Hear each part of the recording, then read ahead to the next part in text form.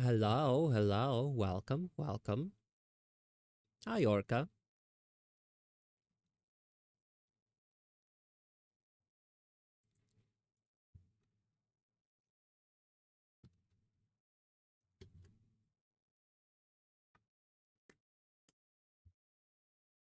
Oh God, we're alone? Yeah, there's no escape now. Nah, just kid. Yeah, sorry for yesterday. Not only did I start 30 minutes late, I only streamed for like an hour. Yeah, sorry about that. My cat got out and not only did she leave the house, she also managed to get her collar snagged on like a bush and then she tugged on it and then it came off. So now I couldn't track her with the AirTag. So God only knows where she went. Anyway, TLDR didn't feel like streaming much yesterday. But I think like a couple hours after I ended stream, she wandered back into the house because she knows how to enter through my housemate's window. So what we did was, after failing to find her in the neighborhood, we opened that housemate's window and we're just like, okay, fingers crossed, we can't do anything. That didn't stop me from going out one more time, shaking the little bag of treats, you know, making little kissy noises, calling for her. Yeah, she did show up. Oh, and then it's got windy and really, really cold. I started shivering. So yeah, I was feeling really bad about my cat. Anyway, she came back as if nothing was wrong, gave her pets, resecured her collar, and so far all is right with the world. So yay, that's some good news. I was having fun playing Avita Brain Chess. Oh, that sounds fun. I used to play when I was younger, but I remember nothing about the game except for like how the pieces can move. Chess is fun. I remember the time when everyone got really, really into it. I still don't understand that to this day.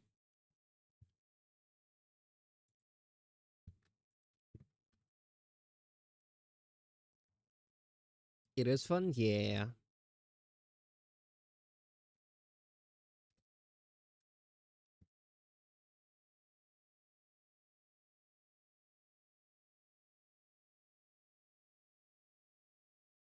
I was prepping a bit of D&D today. I prepped a little bit of our little one shot, and I was also preparing for. I have a game tomorrow with some of my friends, right?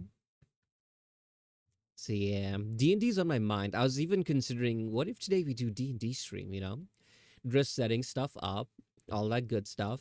But in the end I'm like, nah. We'll save the we'll save the fun for our one shot. No need to reveal everything.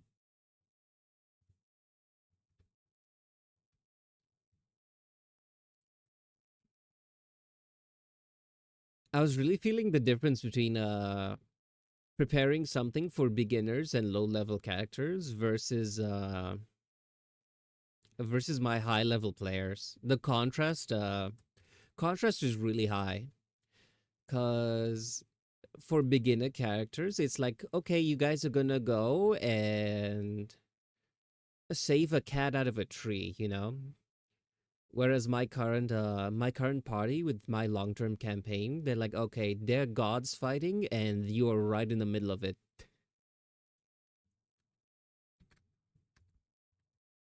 So fun awaits them. Disaster and trauma too, but that's part of the fun.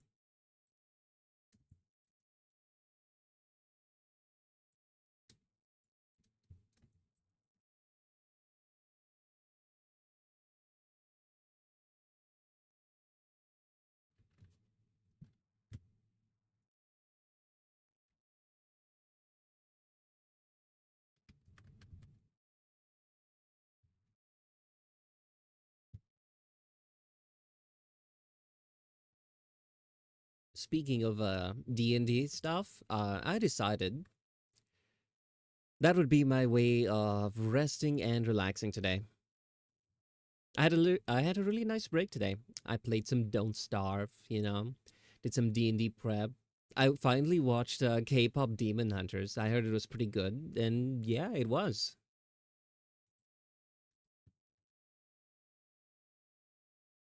Other than that, my day has not been interesting. What about you guys? Up to anything fun?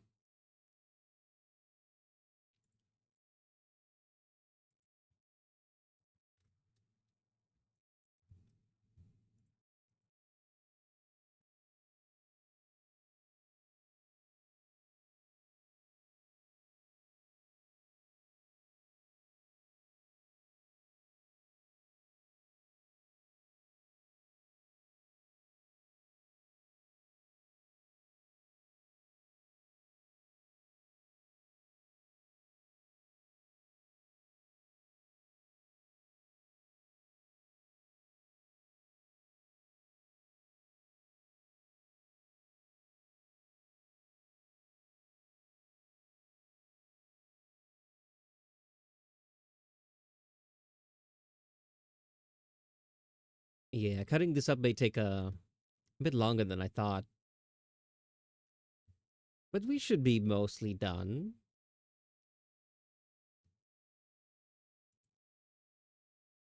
I think we can start with the head.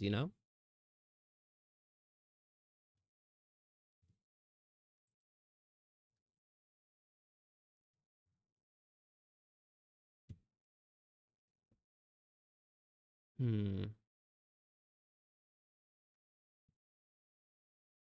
Okay, back. Welcome back.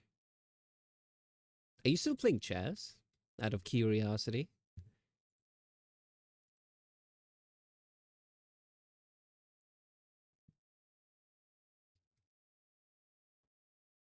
Not playing chess yet? Understandable.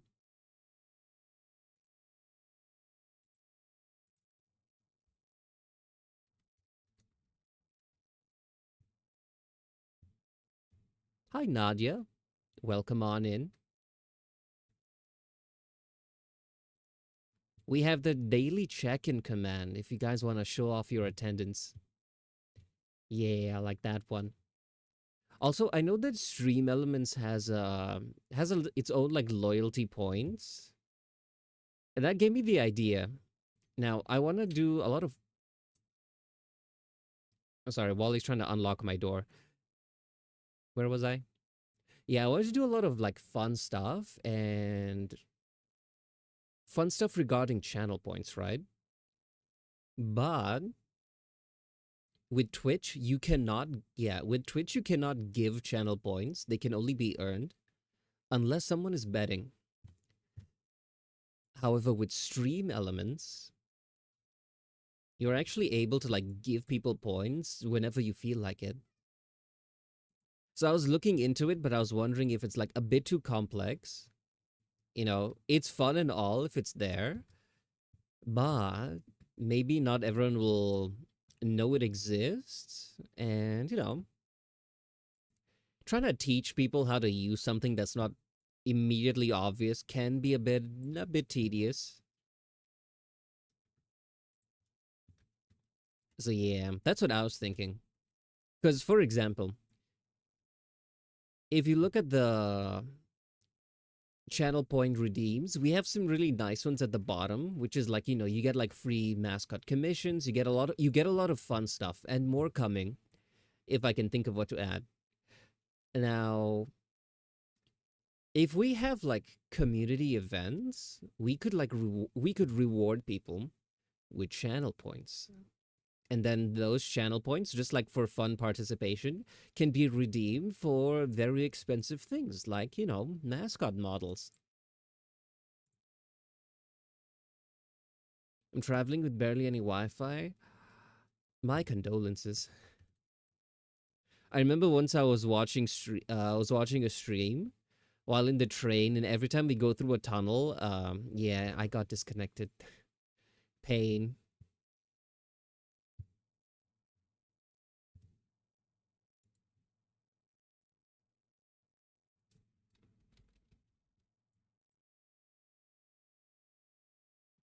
What day is it today? It's a Friday.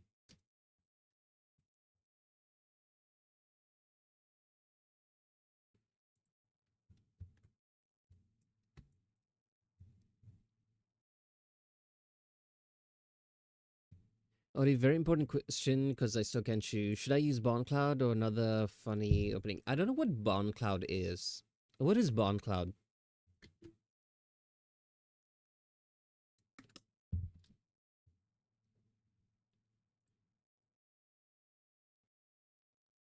Just an opening?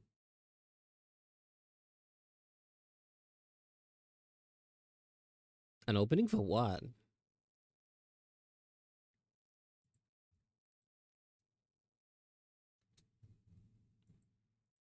Okay, chess? Oh, okay, so it's a chess move. I used to play in chess tournaments.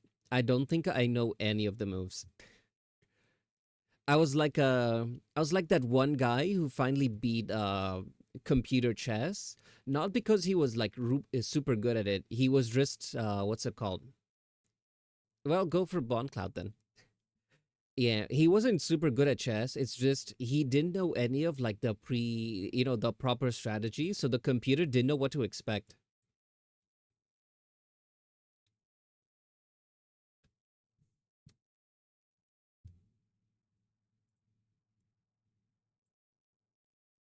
Yeah, because you know when how would you say this? When people first started training computers to play chess, like 19 god knows what, right? It got to the point where it could now beat human beings and people could no longer win against people could no longer win against the computer, right? So they brought in all of like the absolute pro players, the absolute best, and no one could beat it until they just brought some random guy who was vaguely aware of like the rules. And then yeah, he beat it, which I think was pretty impressive. You didn't see anything that happened in Baldur's Gate 3, did you? I saw the tiniest bit of nudity. Yeah, that's a bummer. That's 16. I don't think you can change like the settings for the nudity after the campaign is started. I maybe you can. Maybe in the main menu, but during the game, I don't know if that's possible.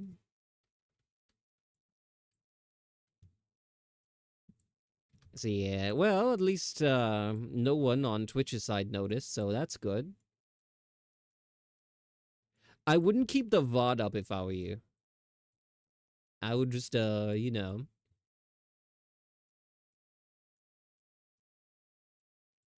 you implement the thing where you roll a 20? Oh yeah, if I roll a 20, then I get hit by bricks. It does the mass bonk command, and yeah, well, you can try rolling the dice until you hit a 20. But what happens is it triggers this. It just types many bonk, and then ow. It pelts me with bricks. You turned it off, all the game really. Oh, yeah, yeah, yeah. It does happen. But just in case, I'd not keep the VOD up because then maybe it gets flagged on Twitch's whatever, and then they might frown on your like account and stuff. I don't think anything really bad will happen, but better safe than sorry. I got affiliate 10 minutes ago, so I think I'm safe. Congratulations! It's always a big milestone. So yeah, well deserved.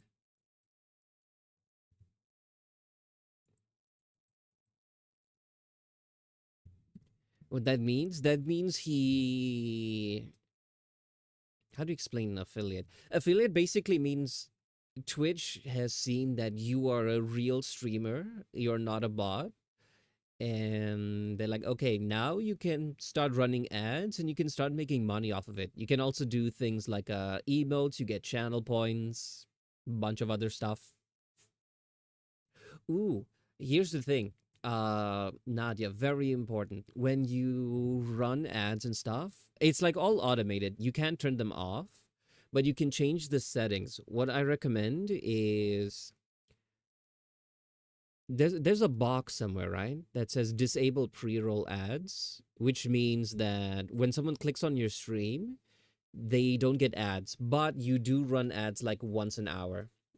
I find once an hour to be much better. Like once every 30 minutes gets a bit sorry, it gets a bit, it interrupts the stream like more frequently. So yeah, but disabling pre-roll ads, that one's pretty important in my opinion.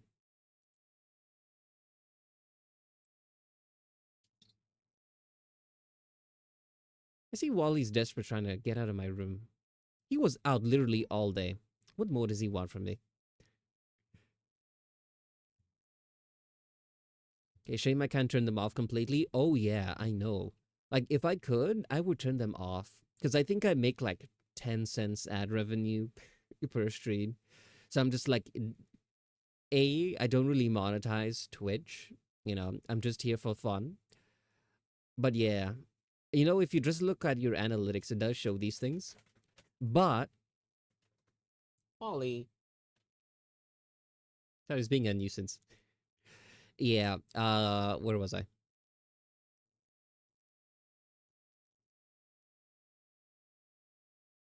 I don't know why he's jumping at me. What?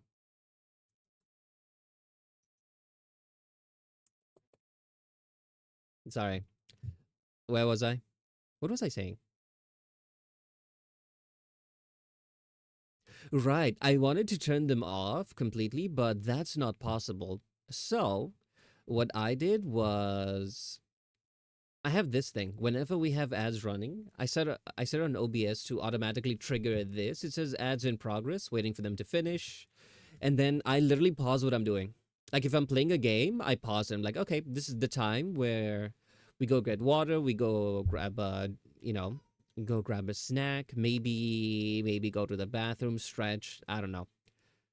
Now, what I do is I set it for 3 minutes. Yeah, by the way, there's no real ads in progress. I set it for 3 minutes, so that's like enough time to like get up, stretch, get water, make small talk, right? And then by the time 3 minutes are done, if anyone has decided to go for a break, they probably would be back. But if it's a bit of like maybe we're doing an art stream and not really yapping, just being kind of productive, I would just shrug and be like, oh, well, ads are playing, but I'll continue working. There is a way. A little bit of a Twitch hack. So advertisers don't like putting their ads on mature rated streams. So if you go to like when you're setting up all of your stream stuff, title, etc., there's a checkbox for mature content. Now, if you check that on, anyone who clicks on your stream will get a little warning that says, "Oh, this thing is rated 18 plus. Make sure you're okay with that before you continue." It'll still say ads are running, but most people don't get them. So yeah, a little bit of a hack there. I know there's some streamers that use it. I personally could not have been bothered.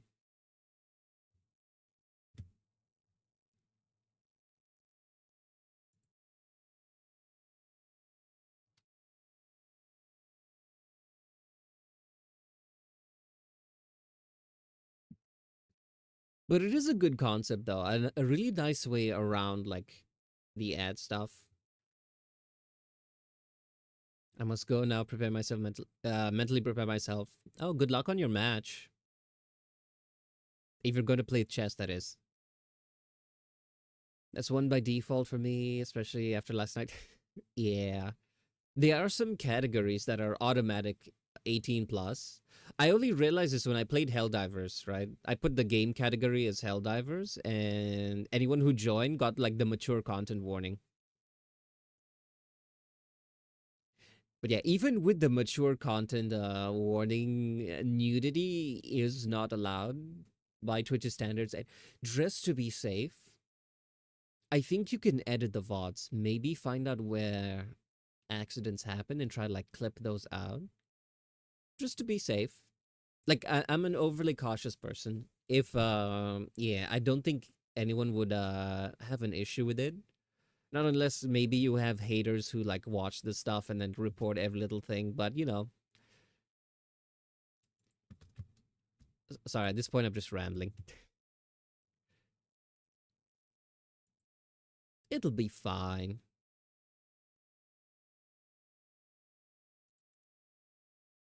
The VODs are gone, but Feather clipped it. Oh, you can delete clips on your channel made by other people. Yeah, I recommend doing that one. VODs, it can be buried a little bit and no one can find it, but clips may be a bit too noticeable. Uh, okay, you know where? Okay, yeah. Just be aware. This is how like Twitch works. Sometimes they can be a bit strange, you know.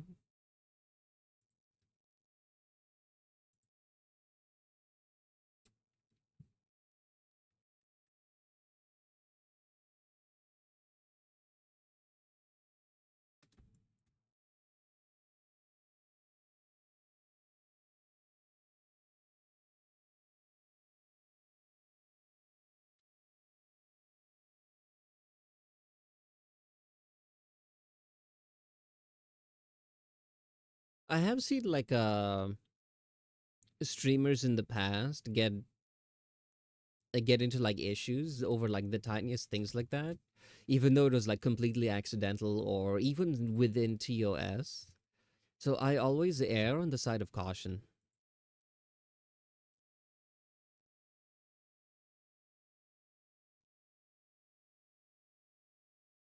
How's your cat? It came back. Oh yeah, yeah. My cat Julian. She returned like maybe 2 hours ish after I ended stream. So yeah, it's all good. Happy ending.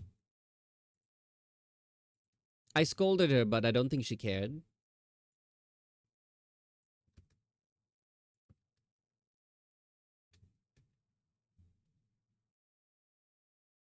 Oh, thank you. I also pet her.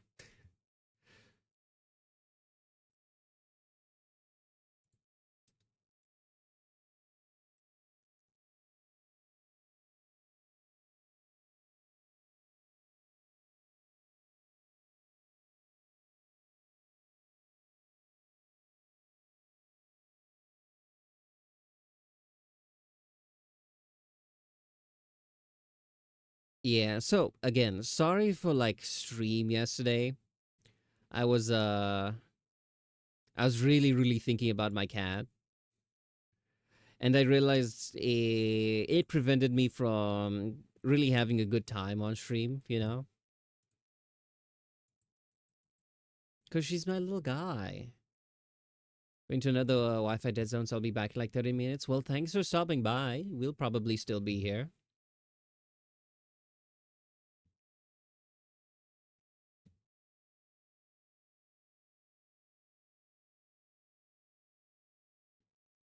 Okay, I am hoping that we can finish at least cutting up this art today. Because while it is, you know, fun and all, I like the rigging more than the art. It's like a little personal preference of mine.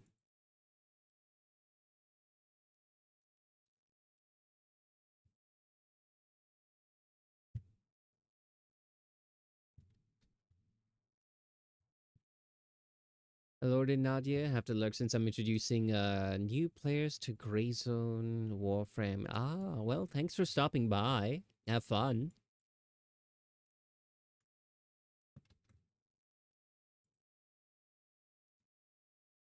Yeah, I guess we're gonna be productive today.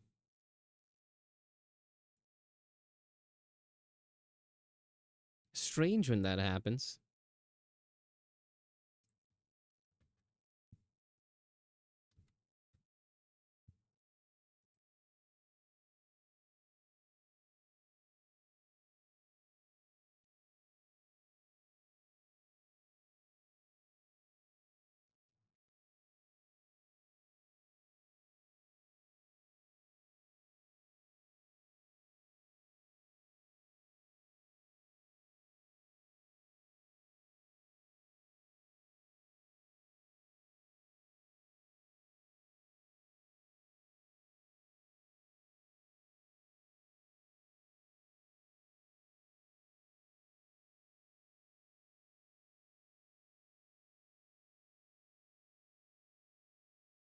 Damn, too many productive days nowadays.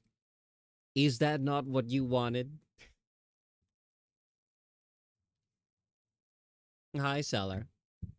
To be honest, I'm as productive as chat is not chatty. That is the trend,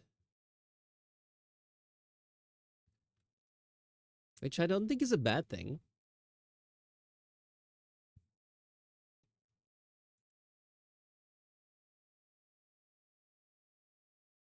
Hmm.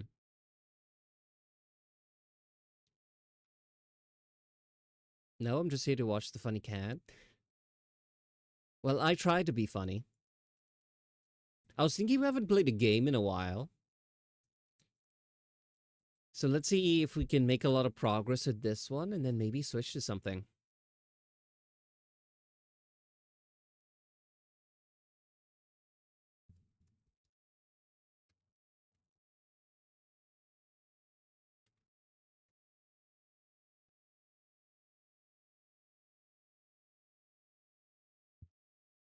Okay. I have realized this is going to be a multi layered ear.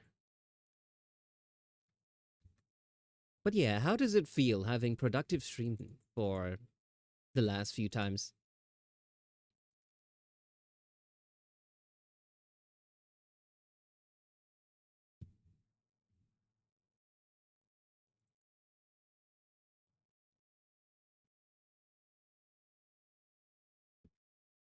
Weird AF?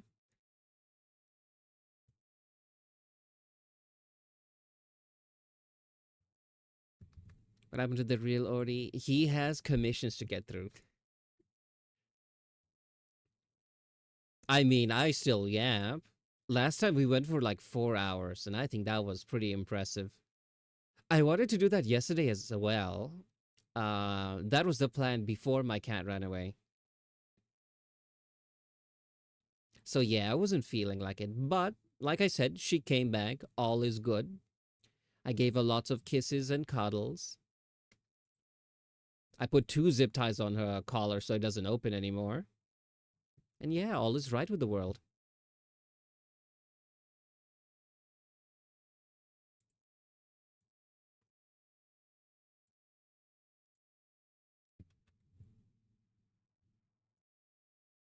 But yeah, what have you been up to? I don't think I've done anything interesting in like the past week.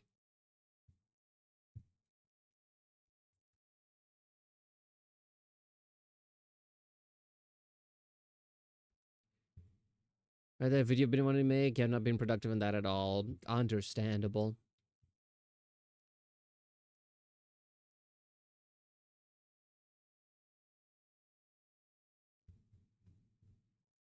I wouldn't stress too much on it.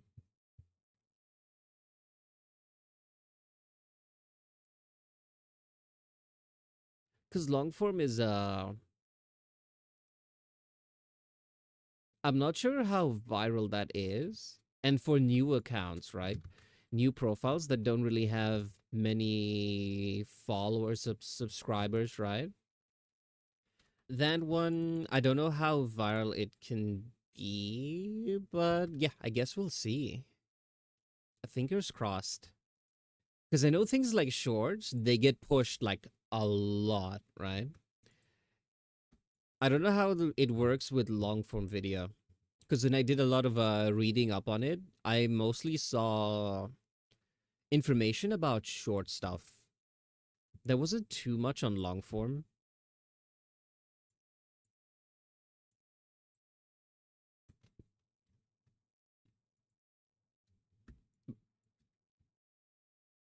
It's like 4 minutes are kind of done. Ah, out of how many? You told me last time, but I think I forgot.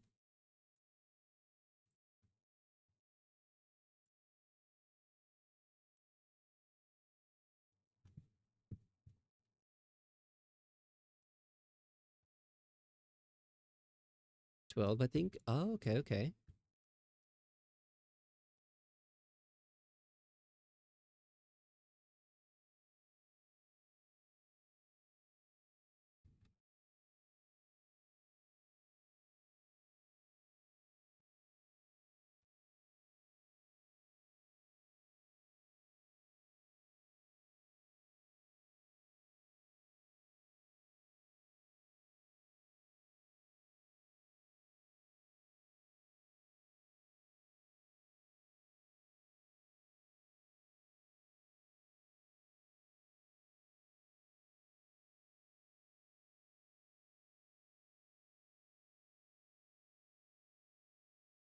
I haven't opened the file since last week. Been working on music or chilling. Understandable. And even today, I leaned away from doing work off stream. So I was mostly just relaxing. I did a bit of D&D prep work.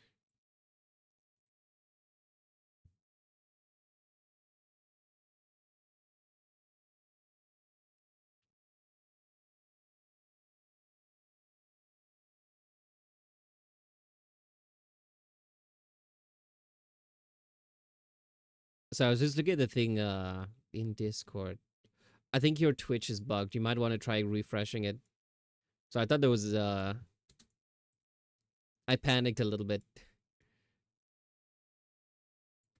Yeah, I think it's just showing like the text instead of the icon for moderator. Yeah, just ignore that.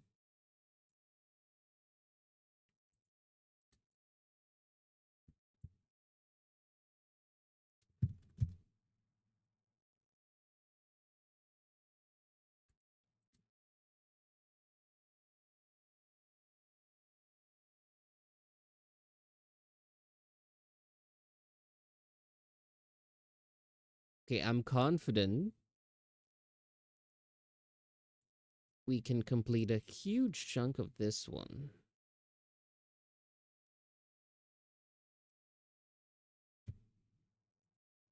Is it really that strange for me to have a productive stream?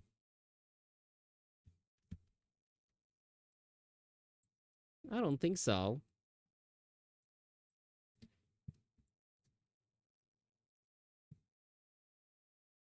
I mean, put it this way.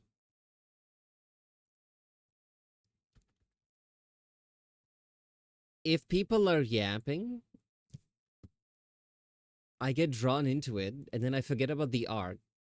But if it's a very calm, quiet day, yeah, if it's a very calm, quiet day, then, I default to doing art. That's just the way things are. That being said, am I really the one to blame?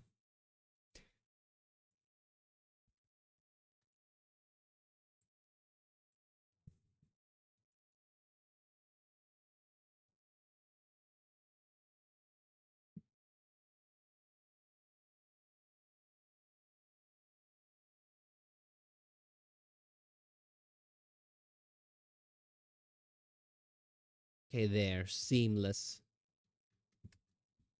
I mean, I try to be happy. I mean, I don't even try, it just happens. So if the words just spill out of my mouth, then I guess we have a yappy stream. If not, then I guess we do art.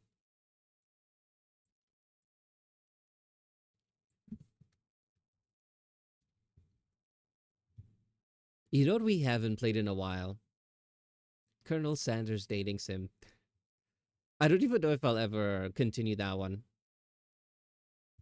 It's a gamble between co-work and podcast. Yeah, the thing that determines it is if there are things to talk about.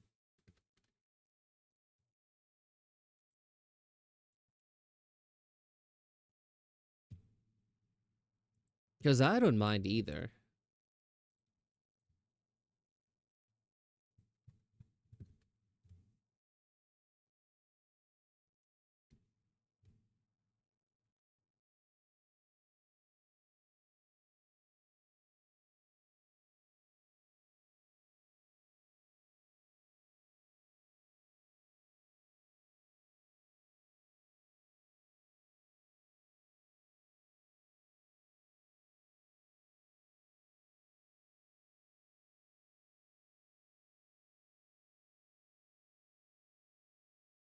Also, this morning I played an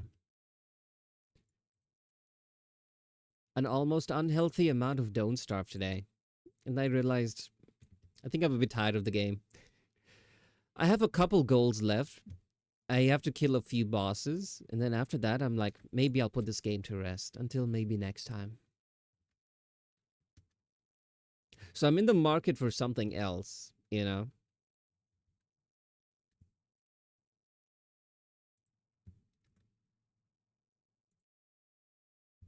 I do still have a few games that were on like the what's it called?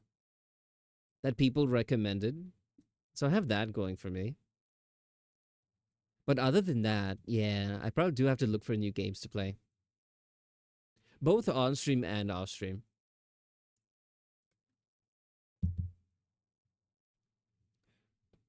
So I'm just waiting for the moment Ori starts inviting artists. So yeah, while doing art, that's a direction that would never happen because Ori's a coward. When I interact with people, okay, sometimes, maybe.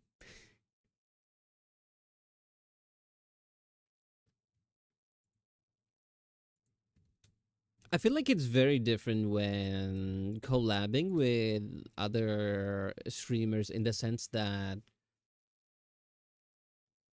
whenever I'm playing a game, right?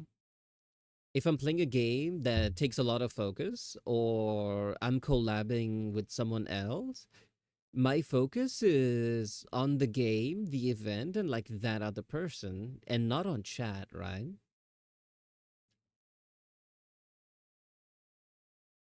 So yeah, I feel like it's a very different experience. I don't know if that's interesting for the people who show up here, you know?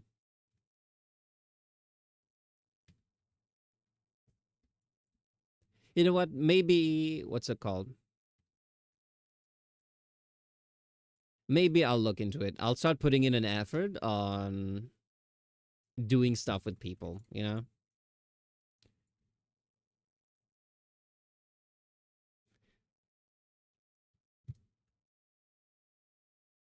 I still remember that one time offline chat went on for like 30 minutes after stream ended.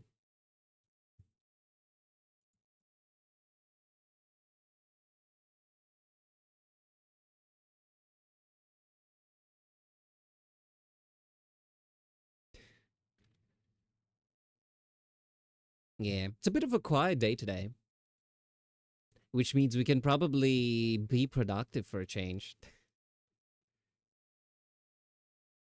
We'd even lose a view. Yeah, that was wild.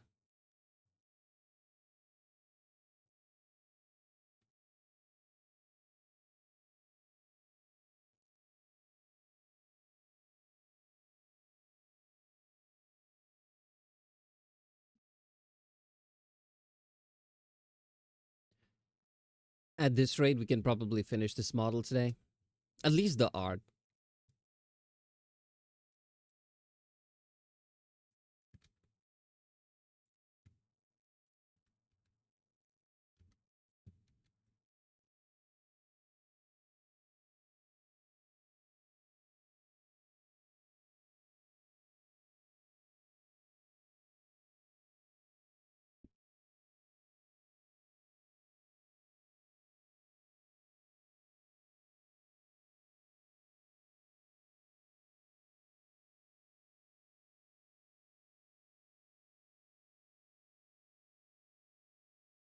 Okay, there we go.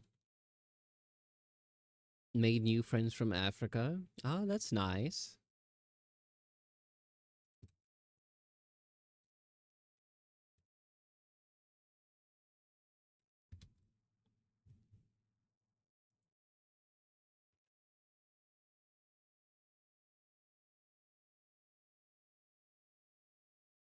You play Warframe, right?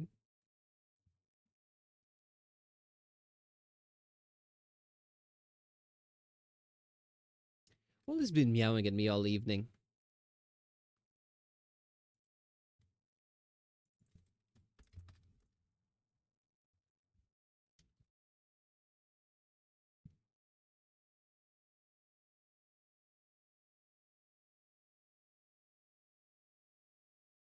Grey Zone Warfare. Oh, sorry, I read Warfare as Warframe. My bad. Hmm. Accidentally made this model a bit complex,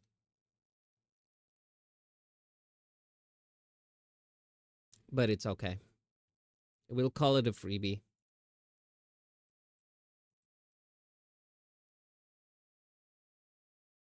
Hmm. What else? I think the eyes are next. You know what? But before that, let's do the head.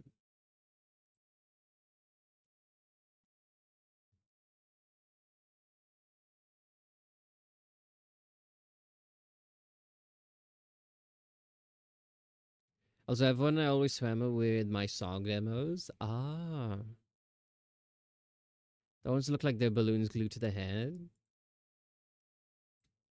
I guess they're not very pointy.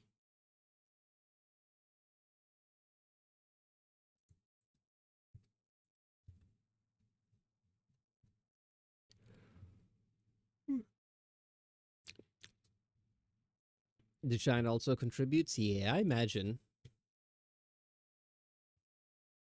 But then again, it is a bit of a. There's a lot of shine to the model. This is what it looks like. There's a lot of glowing runes. Besides, this is the one part that's not like fuzzy. So yeah, I think it's fine.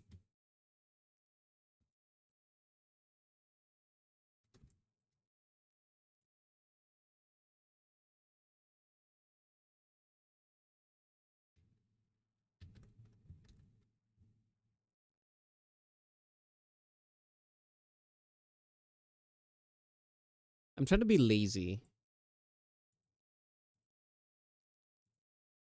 See if I can just yoink this. No, the shape's too different.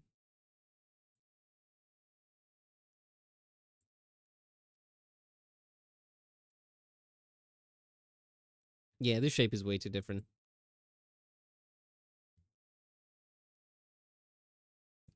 Or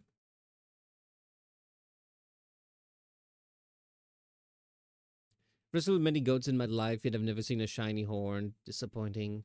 Well, this isn't really a goat or a real animal. These are just a drawing. There are a lot of things that are not realistic.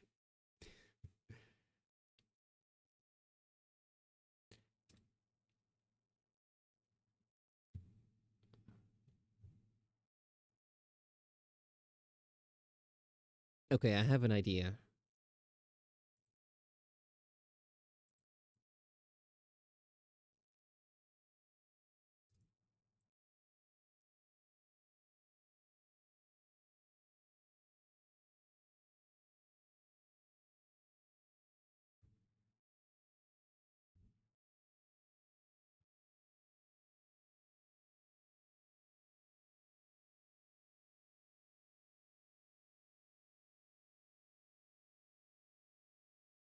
But wrestling goats,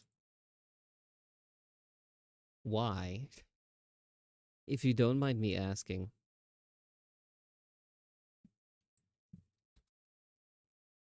Oh, did they look at you funny?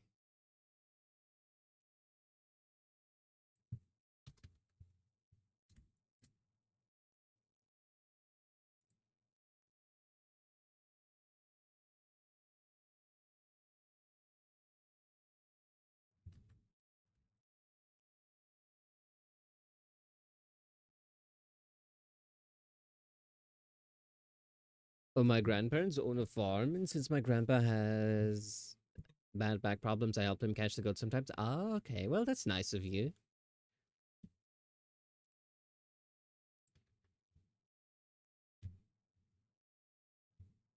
You know, the ones that don't follow the rest. Oh, yeah, yeah, yeah. Stragglers, the rebels.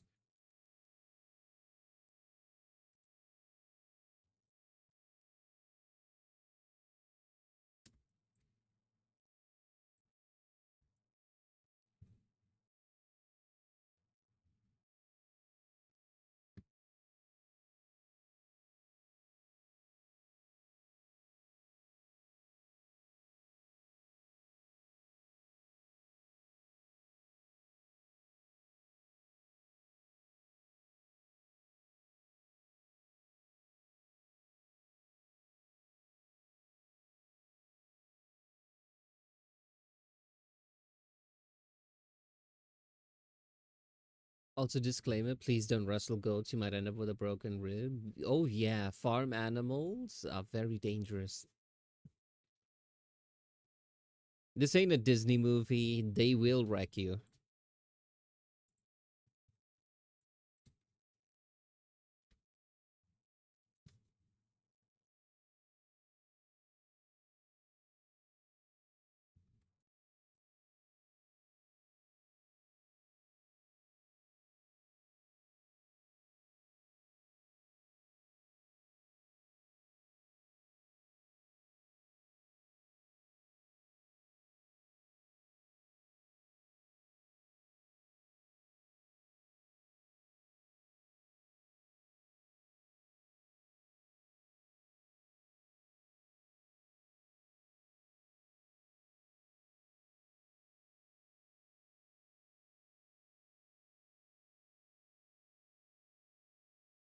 Hmm. So goats and menaces sometimes. How so? Had to tear one off outdoor cars because the guest left the door open. Oh, okay. I guess he saw it and thought, well, time for an adventure.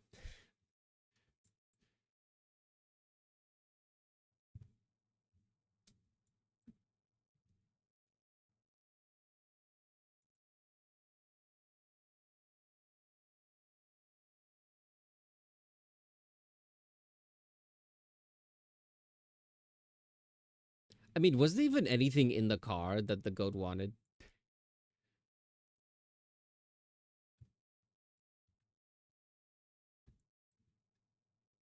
Ah, just vibing, I guess.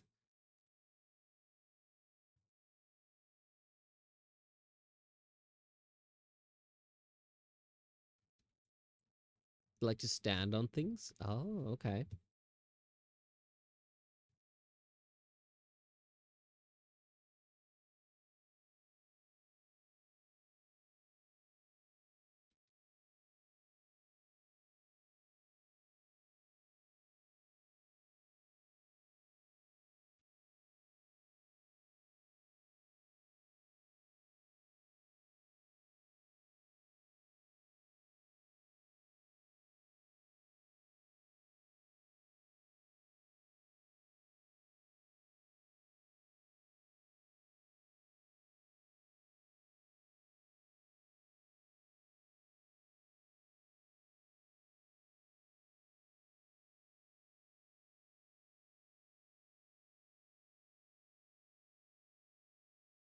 Car seat is higher than the ground.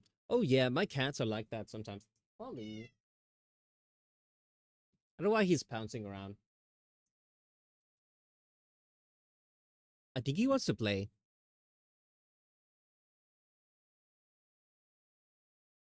Yeah. I let him roam around outside all morning. Not outside the house. I mean outside my room.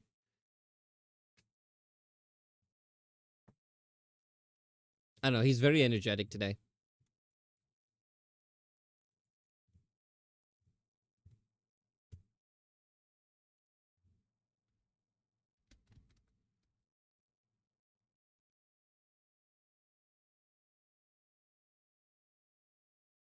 They had a jacked cat.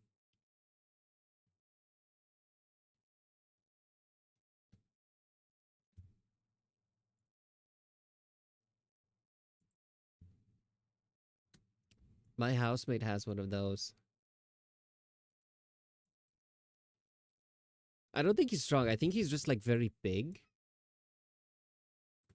But compared to like a Julian and Wally, he's like massive. I think he's like easily double their size.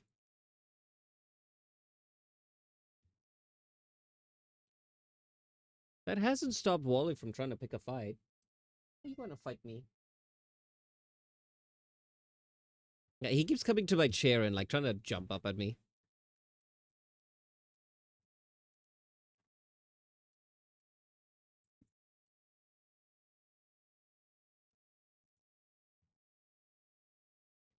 Like Rib, the thing had muscles, so pronounced bodybuilders would live in fear of that animal. Oh.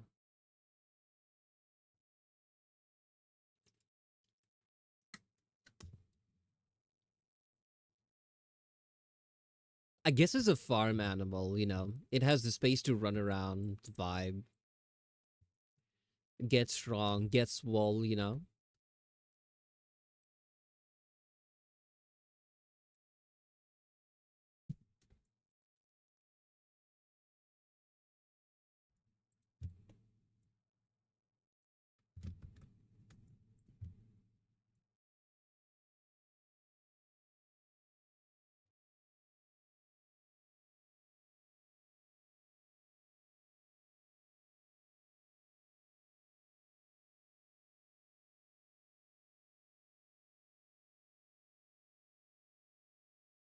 Is well behaved. Oh, I love well behaved cats.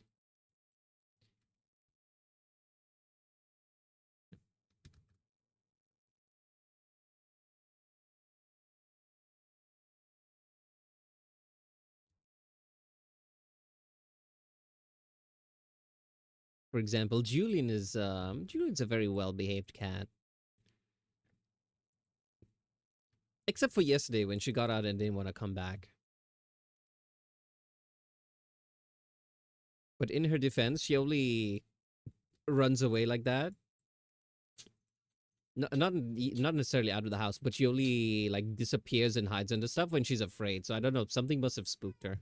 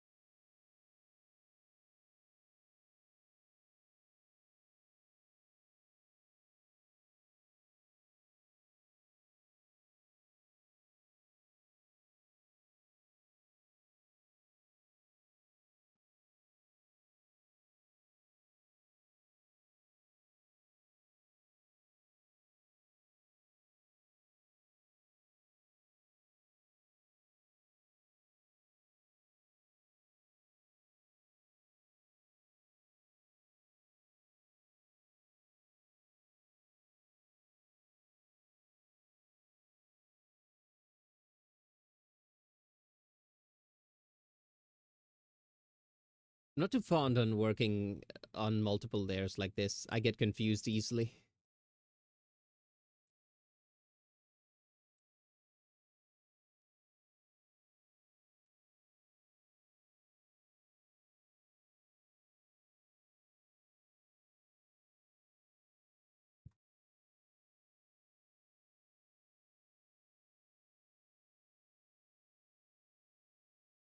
What?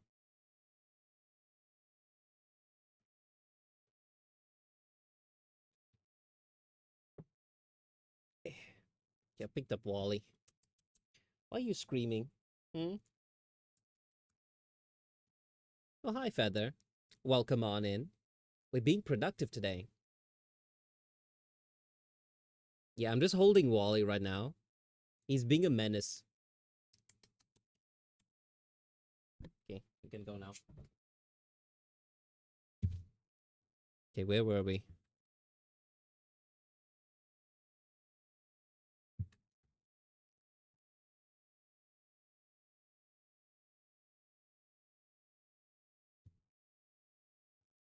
Yeah, about my farm life experiences in Chad? Yeah.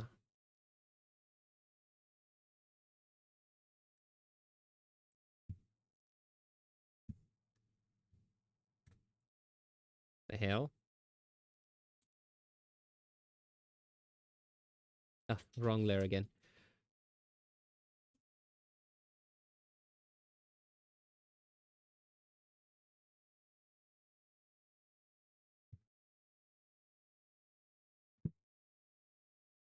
You know what? I think that's good enough. We're done with the tail. Thank God, finally. Okay, this cat is like pawing at the keys, you know? They're in the lock and he's jiggling it about. I think he knows what it is and how to work it. He just doesn't have the thumbs for it.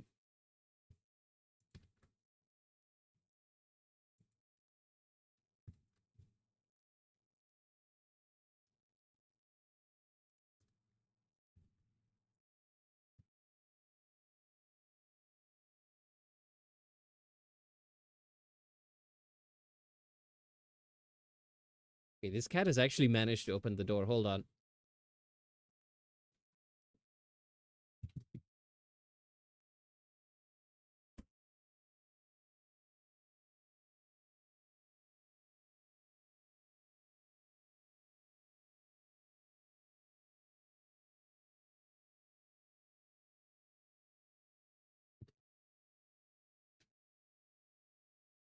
Okay, I'm back.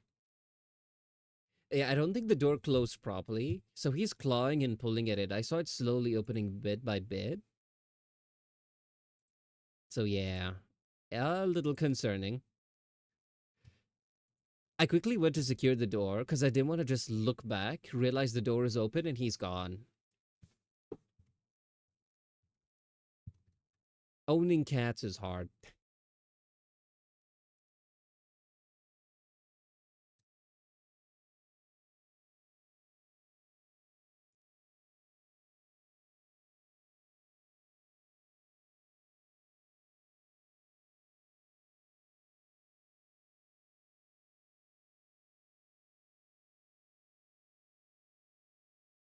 Do you guys have pets? Do you all suffer like I do?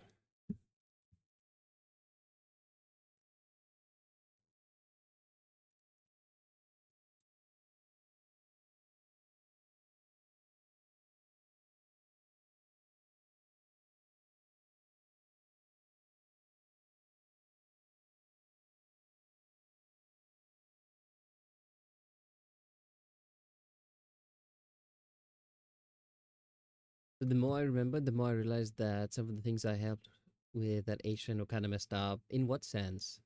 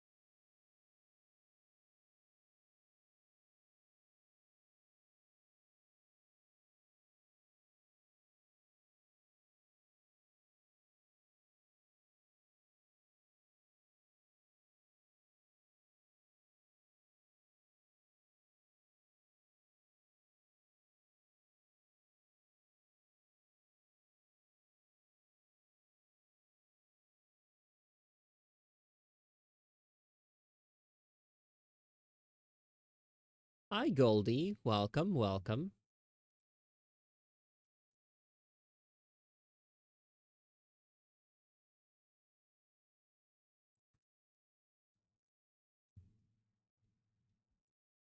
It's morning and I'm crying. That's sad to hear. What are you crying about?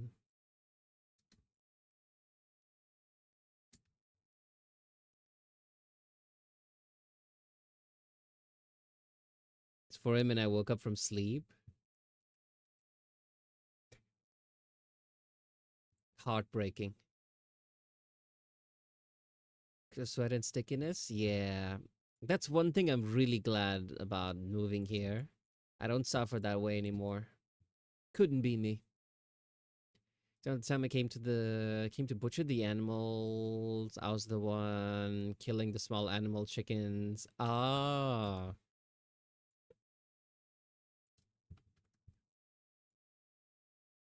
I don't know.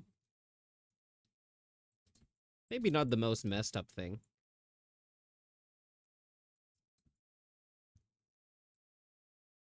Probably not something I would encourage.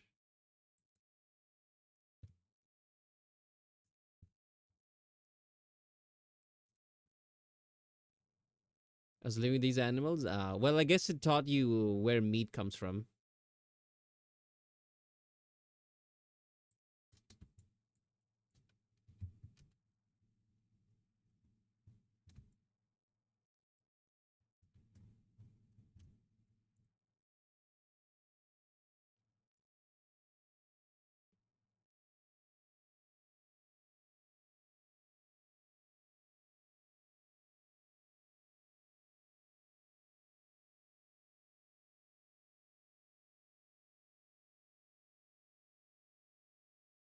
I knew that already. Didn't need to live on a farm. Ah,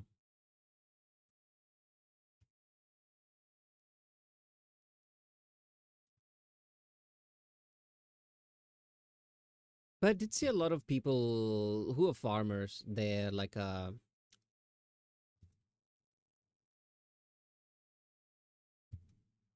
think I saw this on I think I saw this on a post, right?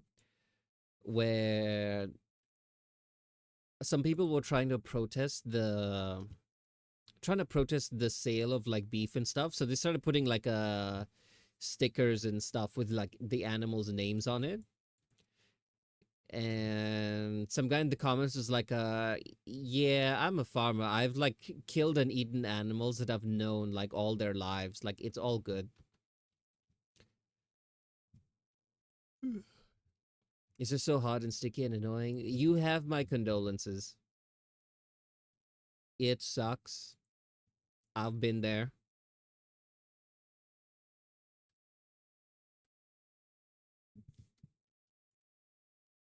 I'm just really love. Yeah, sorry to make your situation seem worse, but I'm really enjoying the cold weather here.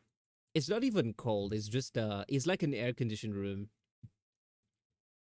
Introduce a child to a few rabbits, then oh, okay, okay.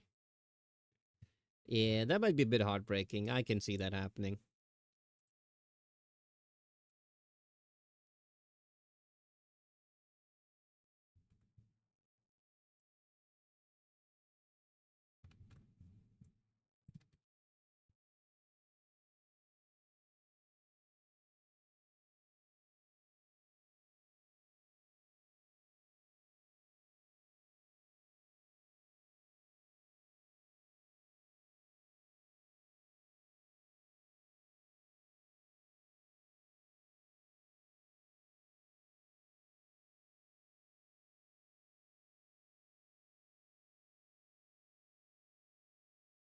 First thing you're up to is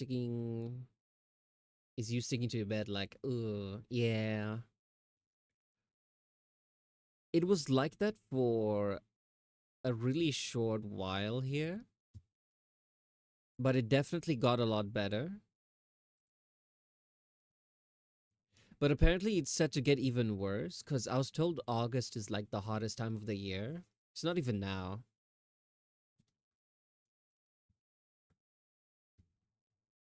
I should have EU weather. Yeah, I wish that for a long time for myself.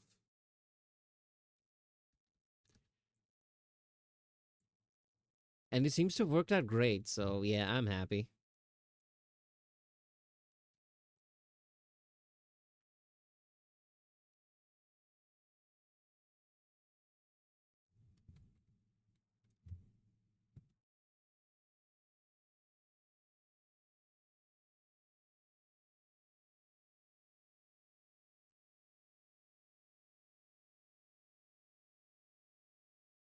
And yeah, after the first time I didn't care anymore. Oh yeah, I can imagine being handed a knife and told kill this animal. Probably you know,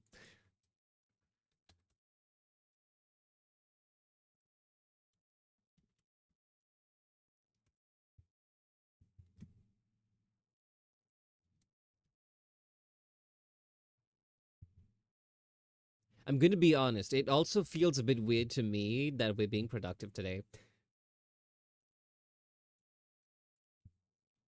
I think it's just a quiet day. Ooh, I have noticed. Apparently this is common, but usually viewership goes down on like Friday nights. Can derail if you want. Derailing is always welcomed. But hi, Feather. How's it going?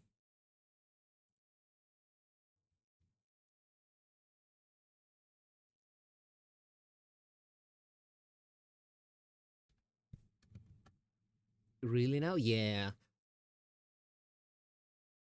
Dog shit lol. Well, sorry to hear that. What's up?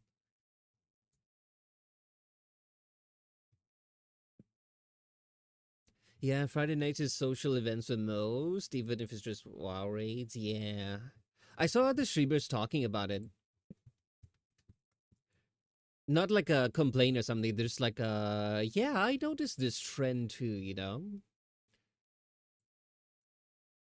So I didn't really think about it until I started streaming. And then yeah, until I started streaming, then just looking at like the stats and stuff like after stream, I slowly made like the connection. I'm like, oh, so it is true. Ironically, weekends are my worst stat wise. Hmm. So I'm not doing as them as much. Oh, okay. Yeah, I even considered thinking. I was thinking to myself, maybe I would stream on weekends because maybe people are, what's it called? People are free. But if that's the case,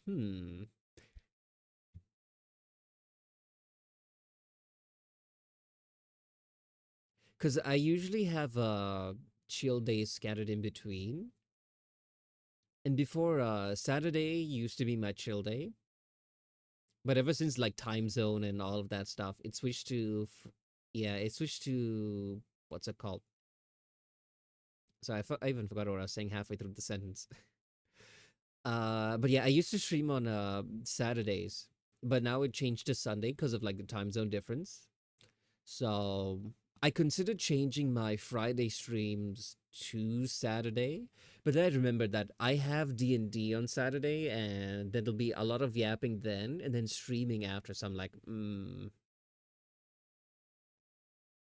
yeah. In the end, I decided to just stick to the way it is now, simply because I don't want to overdo it on Saturday, because it'll be D&D for like 4 hours. And as the DM, I'm the one talking the most. And then it'll be stream. And then the next day stream again. It won't be a break. So yeah. That's three several hours. Yeah. I don't think my voice would have survived, so I'll keep it the way it is.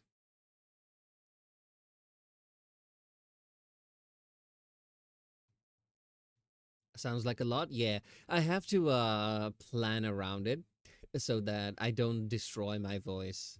That's why you say I usually have one day on, one day off, with the exception of Thursday and Friday, because there's an odd number of days in the week. So the options were, if I have like it's either 2 day break or 2 days in a row streaming, and I'm like, I don't want to stream less. I want to stream more. So I went for 4 days a week instead of three.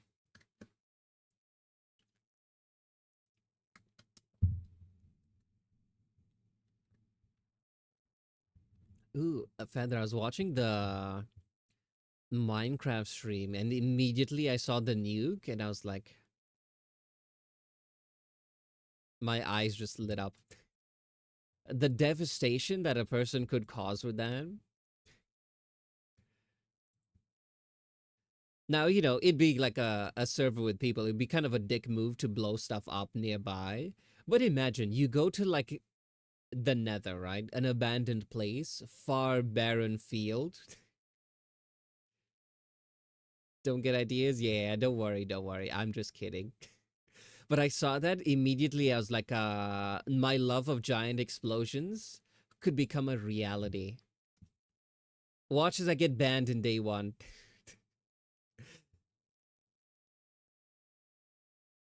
There's one specific unique type that leaves ore behind. Ooh, yeah. That's pretty cool.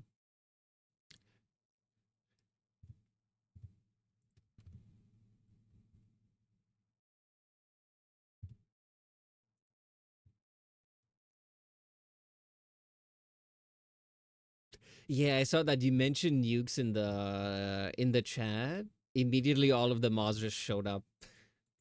I thought that was hilarious. They're like, Feather, what are you doing? Hi, buddy. What you got there?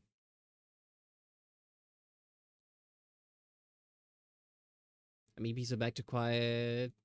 Well, nice hearing from you. Get the rest you need. They just don't. Yeah, see, the much part, that raises an eyebrow.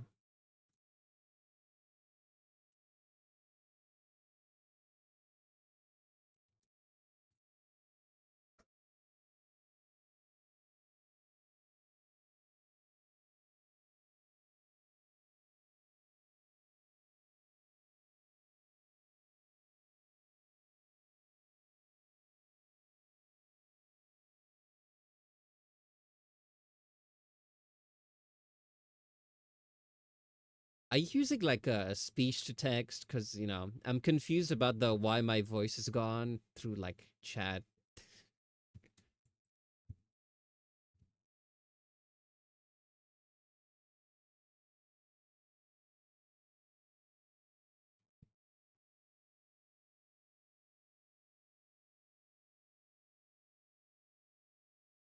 Oh, okay, okay. Yeah, I get it. Oh,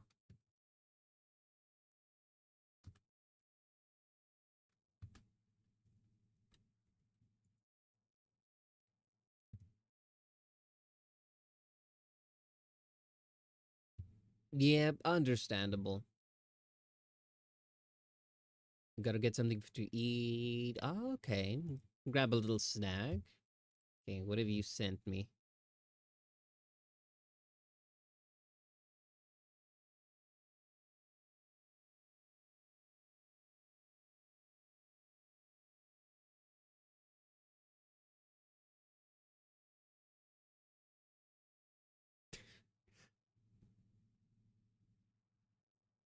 What am I watching? Okay, hold on. Let me put this up.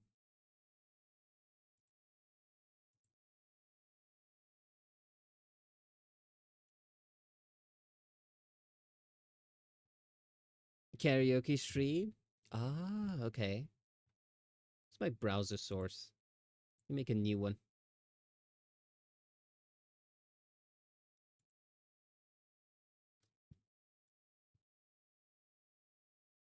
Nope, already have one. Ta-da. Let me pause the BGM. I hope this isn't too loud. I put the volume very low. Does it have its own sound? Hold on. There we go. Hold on, I'm looking for it.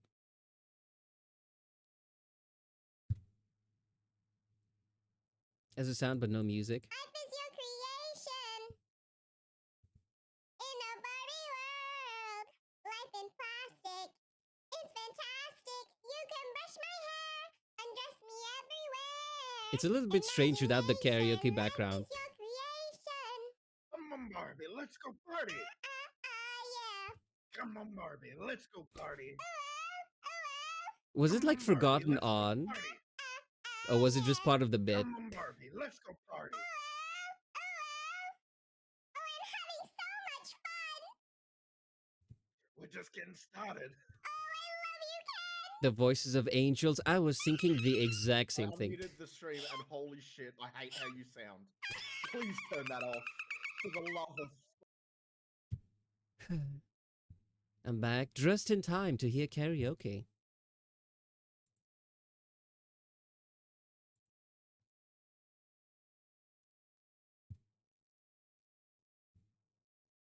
The other one though, we can't. Okay, hold on. Did I actually close this? Yeah, I did.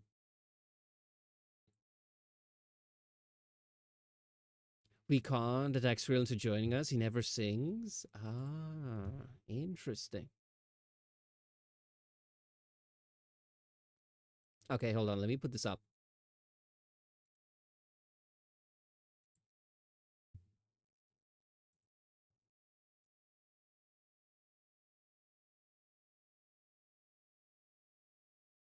It's the one? No, that's not the one.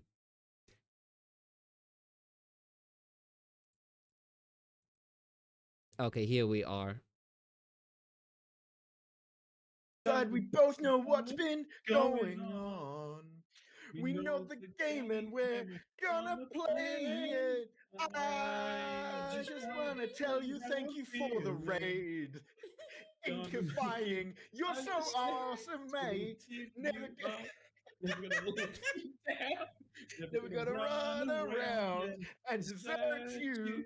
Never Never gonna gonna make you cry. cry. Never Never gonna gonna say say I would have taken goodbye. Barbie Never for gonna using high pitched tell a voice. lie and hurt you. Never gonna give you up. Never gonna let you down. Never gonna run around and desert you. Never Never gonna gonna make give you you When was cry. cry. Never this? gonna say Was it earlier goodbye. Never today? gonna tell a lie and hurt you. Oh God, why did I do that? Time to raid. Oh no. Te- Oh, hi. Ow. Okay, let me put the BGM back on. Karaoke without the without the instrumentals is a bit odd. Made new friends on the nice land. Kind of envious. Well, to everyone in their own time. Good, so we could see the VOD didn't save it. Oh yeah, yeah. That is always a concern. There are some karaoke, like the instrumentals. I don't know if it gets flagged. Maybe if it's the instrumentals, but not like the official ones. Maybe like a cover of the instrumentals. That one could theoretically slip through. Yeah.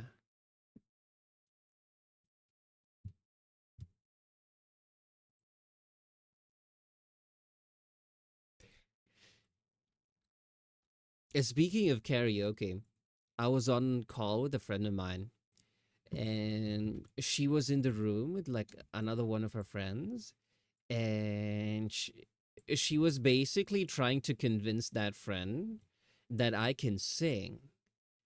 And I was trying to tell him, like, no one will ever believe you because whenever I talk, I speak kind of in a monotone voice, so no one can even picture the idea of me singing. So all she sounds like is a crazy person. Yeah, she was talking about how I managed to rope her into it as well, because she absolutely refuses to sing. But I'm like, look, I've known you for like 12 years. The secret is simple. Put anything emo from the early 2000s, and you are singing along like nobody's business. Great times. Thing is, I'm probably not doing another karaoke like ever because someone made an offhanded comment about my singing sucking. That's mean. Never bothered me again. It was fun, but I'm too sensitive. Understandable.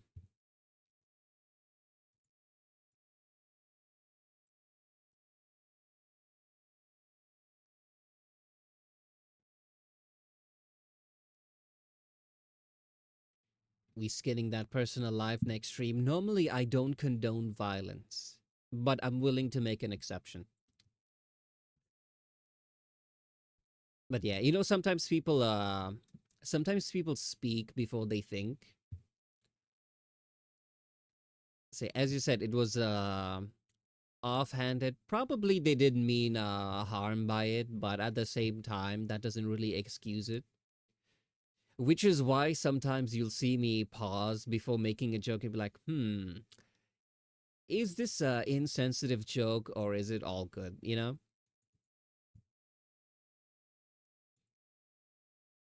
Also, when you were like on the stream, yeah, they meant to joke to you, but I didn't feel it. Ah, okay, okay. Well, sometimes people just be mean.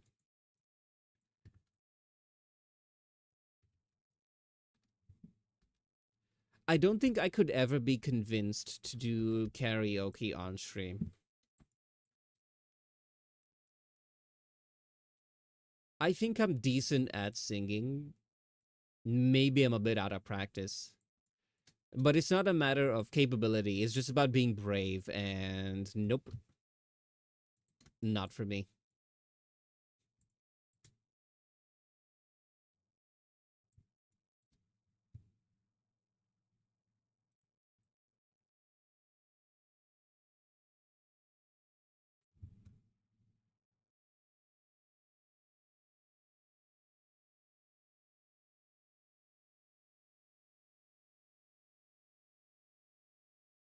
I could, but no one listened to my voice. I can assure you that people will listen. You have a nice voice.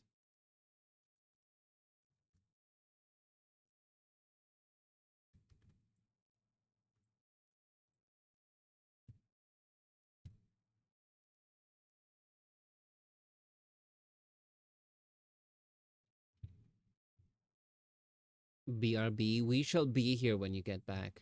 Probably.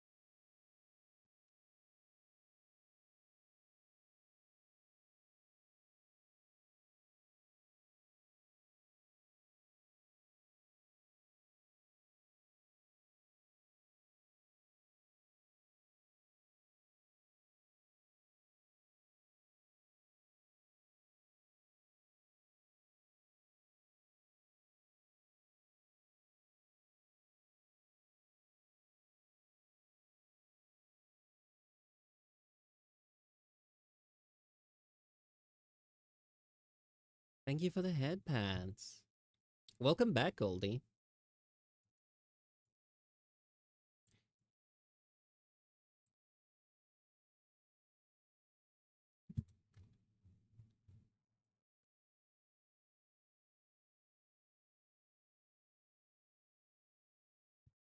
Hey, we are done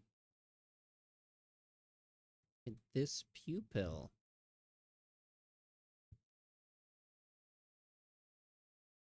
And the good thing about symmetrical parts is you can just flip them.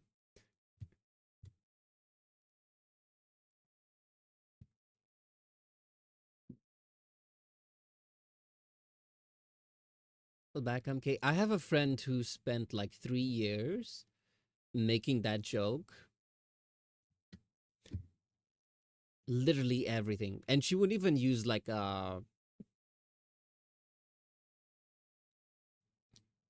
it's not even like single word. She uses the name. Like it could be anything. You could be like, damn, I'm so hungry right now. And she'd be like, hi, hungry. Hi, so hungry right now. My name is, and then insert name here. It was funny for like the first few months. And then it got tedious.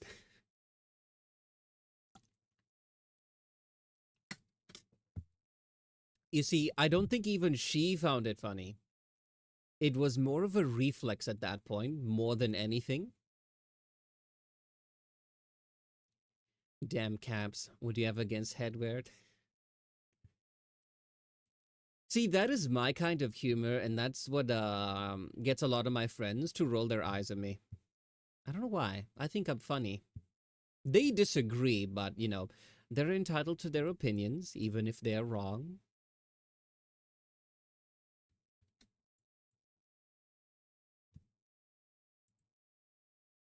Okay, I just realized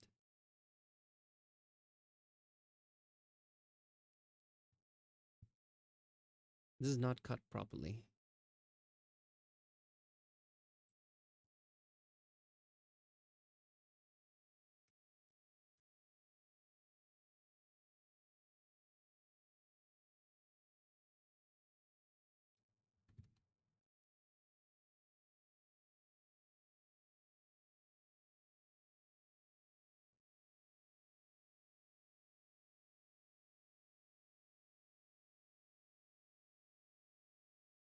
Make the dad jokes as often as I can.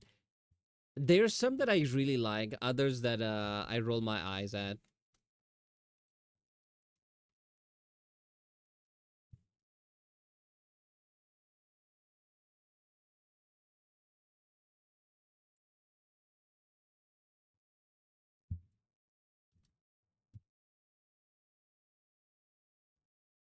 Okay, here's one. Why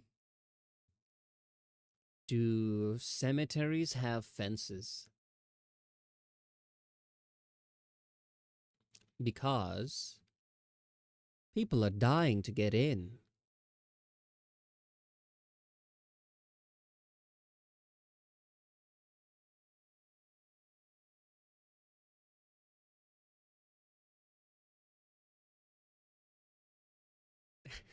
Ow.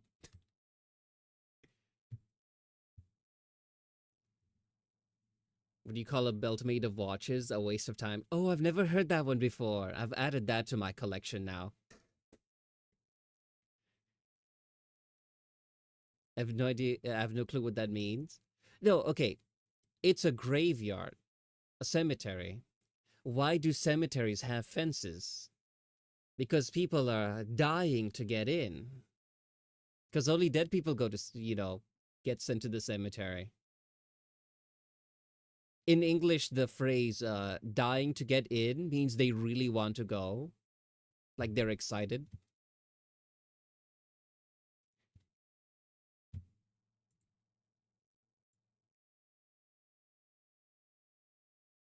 What's another one that I know off the top of my head?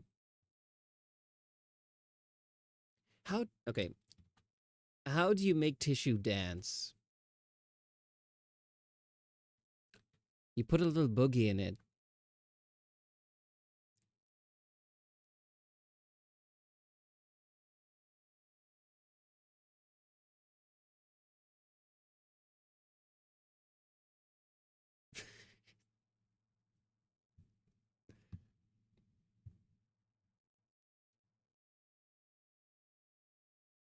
Yeah, no, I don't get it. Tissue. How do you explain that? Hmm.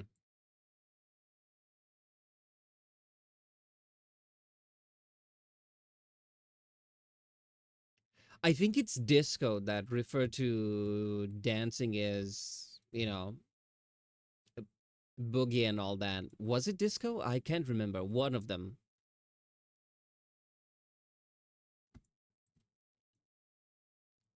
So, how do you make tissue dance?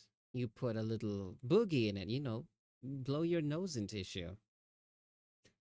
By the way, when these things are explained, okay, even if you get it instantly, they're not exactly funny.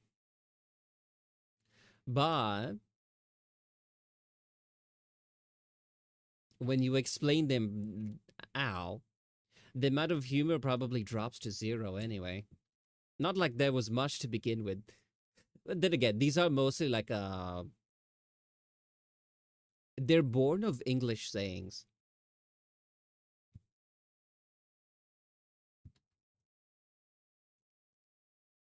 if that makes sense.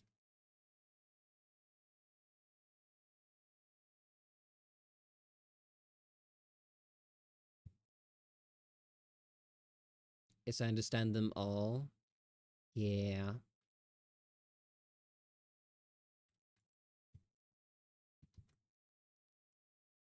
I used to know like so many off the top of my head. Like once I was on a school trip and I was sitting next to one of my classmates. And by the way, this is like one of those weekend class trips.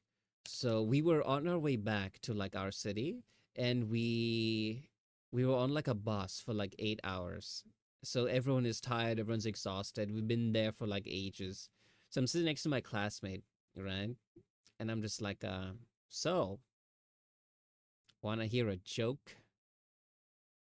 And he's like, sure, I guess. Cause there's nothing else going on. Everyone is bored, everyone's tired. It's like nighttime, half the bus is asleep. So then I start with the graveyard joke and then the boogie one. And then I went on with like 15 more of those jokes. By the time I reached the end of my list, it looked like he was either gonna kill himself or me. So, and he was just trying to figure out which one.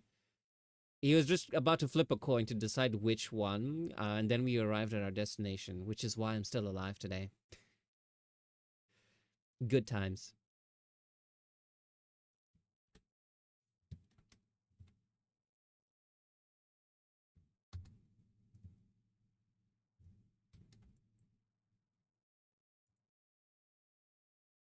Sounds like a scene out of Airplane. I love that movie. Remember when I mentioned previously during like New Year's, I just binge watch a bunch of really old dumb spoof movies. Yeah, Airplane's one of them.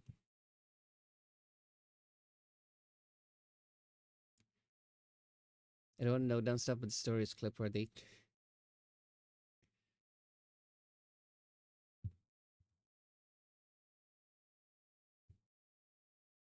Black humor is a lot more different than that jokes. Yeah, you need to like really understand the English sayings. B, you have to have a really broken sense of humor. So yeah, it's like two very well, one of them is not very rare, but two rare things. Broken being what some people would refer to as a lame sense of humor.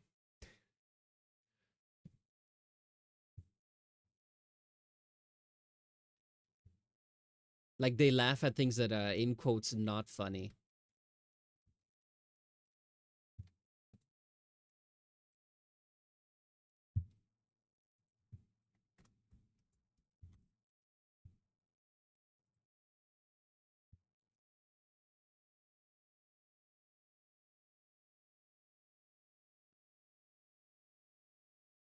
A BRB, gonna up into bed and be happy.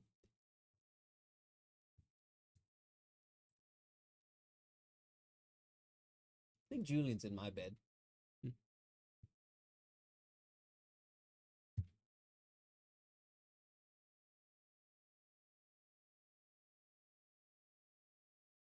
Can't do those at the same time. I don't know what you're talking about. I personally am very happy when I'm in bed. I am EP cat. Even this morning, like I decided I'll take it easy, maybe take the day off. And I think I was in bed for like 3 hours. Like I just didn't get up. My cat was there. I was petting her. I was scrolling stuff on my phone. I was like, yeah, this is the life. I feel like I can only do that like once in a very long time. Any more than that, and I'm like, ugh. I get a bit antsy if I'm not like productive.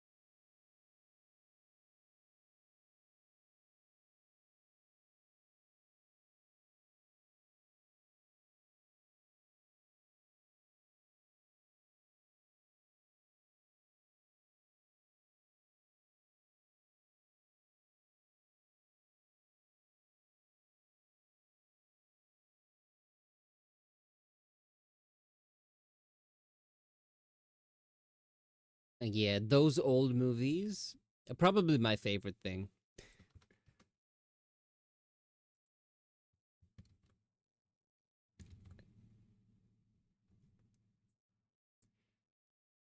Writing block is fully gone. It's playing me till the middle of the day. Yeah, see, I told you, you just gotta wait it out.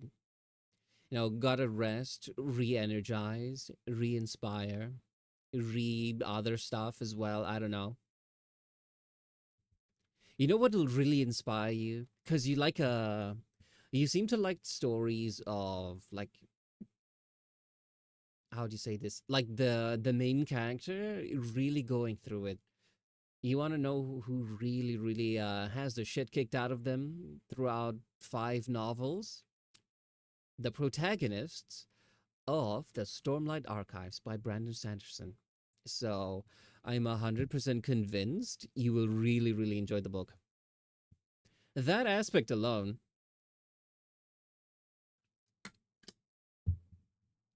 My favorite romances. Well, there is romance in these ones. It's not one of those books where the like oh, the world is ending, but I must choose between these two people who are very shallow but hot. It's not one of those books. Not to dunk on them. I have a friend who can't get enough of them. It's just like not for me, you know.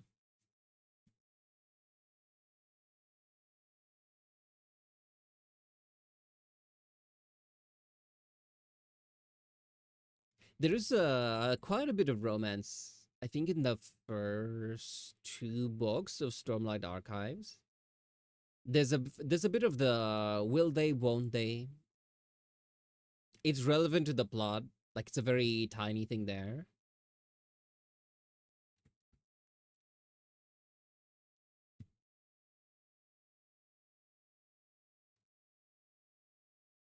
I think one-offs makes me remember more of them more than I initially realized. What do you mean by one-offs?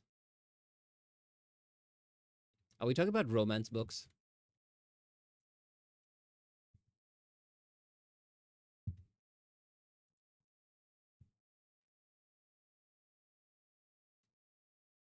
Sorry, I know where I want to take the story of the first novel. It'll be a bit short, but I'll pour my heart into it.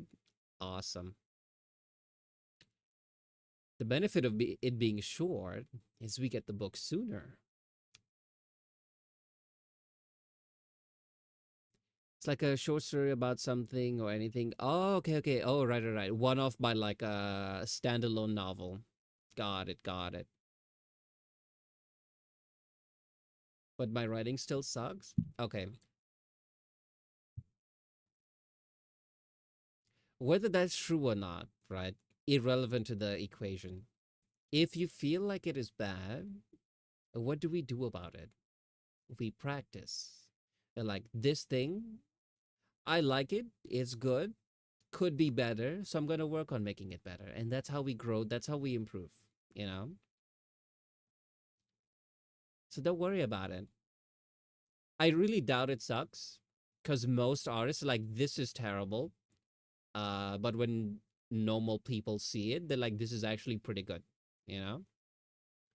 Keep learning and practicing. Been doing that for the past 3 to 4 years, then you're already on the right path. So yeah, it's nothing to complain about.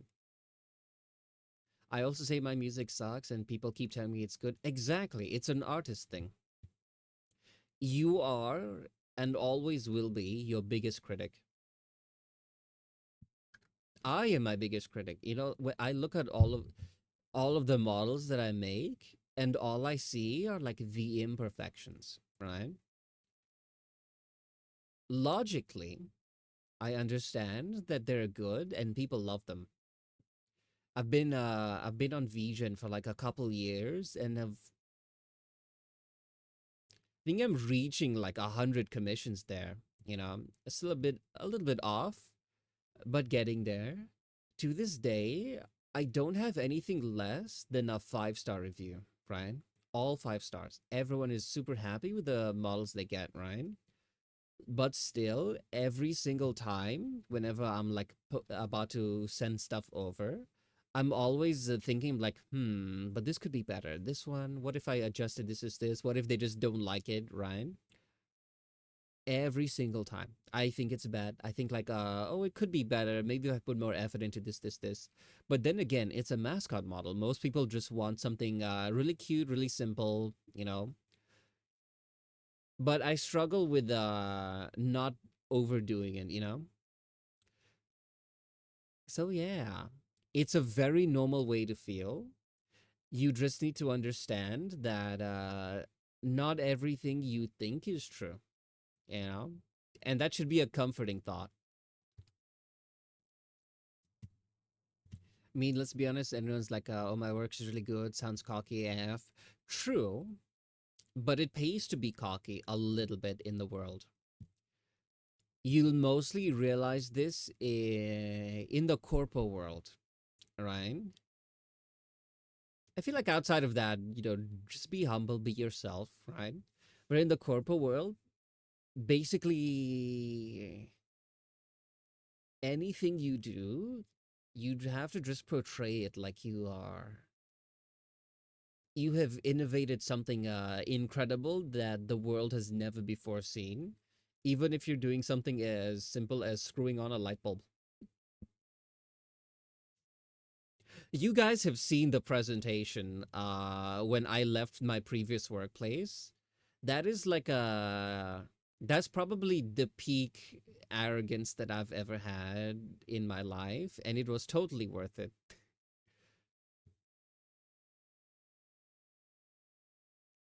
Is it just me or blues BGM really fitting for Orty? With blues, I'm not a sad cat. I think I'm pretty cheerful. I do like things that are a bit lo-fi, not too exciting, but not too soft and sleepy either. I feel like even this one is a little bit sleepy for my tastes. Blues is not sad though. I thought that was like the whole point of the blues, you know. Maybe not necessarily, yeah, but I thought like back in the day when it was made, it's literally called the blues because, you know, sad hard times. I think it was created during like the time of slavery and stuff like that. You know, when they say people are feeling blue, it's like sad. So when they make a genre of music called the blues, it's kind of like sad, but also I think it's like sad, but also like uplifting inspiration. Like this sucks, but we'll get better. We keep going on. That's my understanding of the blues. A lot of the blues instrumentals are not really sad. Yeah, yeah. I think it's the lyrics that was sad. Like this, the songs are like, how do you say this? By the way, I'm not too experienced with the blues. I've heard a few songs here and there, mostly seen in the movies and stuff, right? Like the rhythm and everything is like loud and upbeat, but the lyrics are where it gets sad, you know?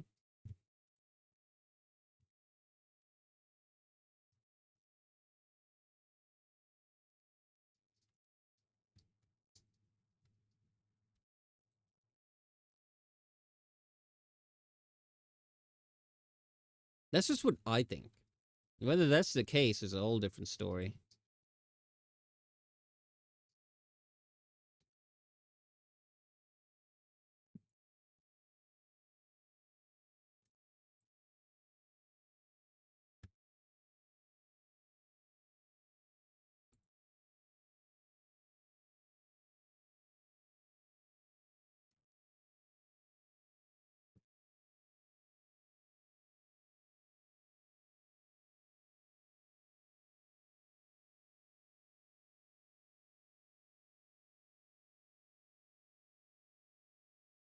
A blues was the equivalent of J-pop songs with extremely depressing lyrics but upbeat music. Exactly.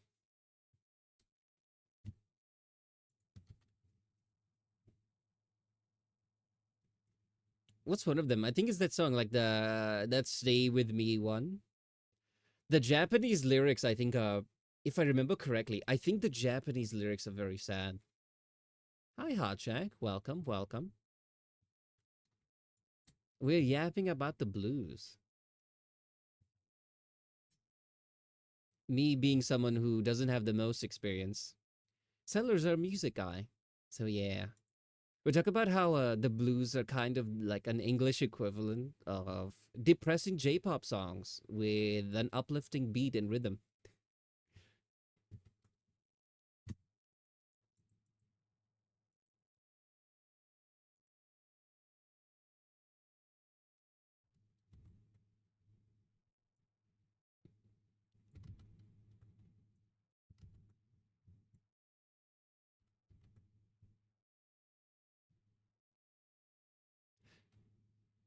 I think he was. I think Goldie was asking which songs. The only one that comes to mind is the "Stay with Me" one. You know, the very famous one.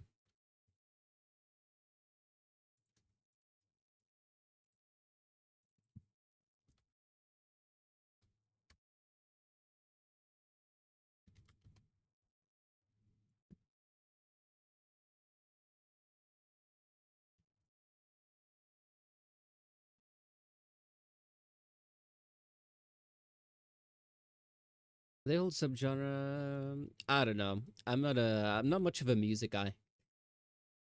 Like I listen to songs. Okay, this is the weird thing about me. When I listen to music, right? I use the Spotify Discover Weekly and Release Radar. There are a few. There's like a handful of bands that I like, maybe since like I was really young, that I can name off the top of my head. But a lot of music, especially from newer artists, right? I will hear the song. I'll be like, I like this. Add it to playlist. Never think about it again. So I will hear the song over and over and over. I'll know the song. I'll know the beat. I'll know the lyrics. I wouldn't know what it's called or who it's by, because I'm not listening to this. I'm not listening to this to the radio, on the radio. Sorry, with like this song by this person. Give me your Spotify. I need new music. Do you know what I do every single time? Okay, I'm someone a little bit of a lore about how annoying I am whenever I'm pretending to be a human being. Now, I don't like to show off the kind of music that I listen to because I listen to a lot of different stuff. And back when I was a wee cat, right, I would listen to a lot of rock music and all of that stuff, which was not really the norm. So I got a lot of shit for it. So growing up, I would never share what songs I really listen to. If someone asks, I'm like, yeah, I don't listen to music. Now, what I do whenever anyone hands me like an aux cable and it's like, oh, play some of your songs. I want to know what you listen to. I'm like, okay, say no more. So this is what I do. I have this locked and loaded. Mm, I hope I don't get DMCA'd. Where is this thing?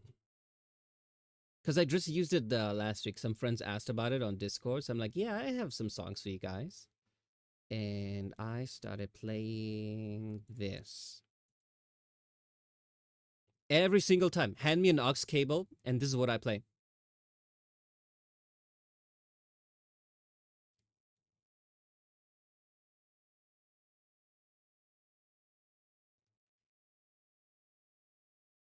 I'm glad I don't add the VODs in a YouTube. So it's all good.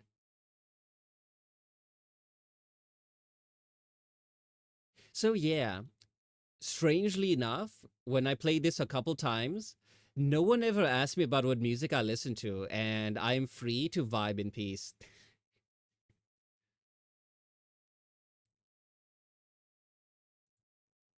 So yeah. Ooh, if you want good music, right?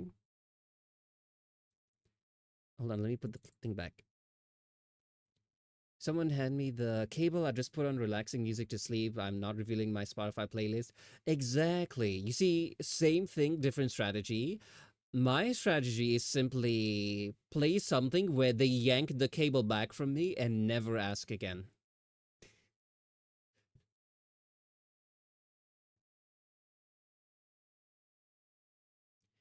Made a channel just good for music sharing. Ah, okay. Ooh, you know what's a really good artist that I like? If you're into like if you're a fan of like fantasy or D&D, this guy, Chase Noseworthy, amazing artist, right? In fact, yeah, I since I separate the BGM from the YouTube VODs, I can play whatever I want. I don't need royalty-free music. Where's his songs? Yeah, I really like this one. Bardic Dissuasion.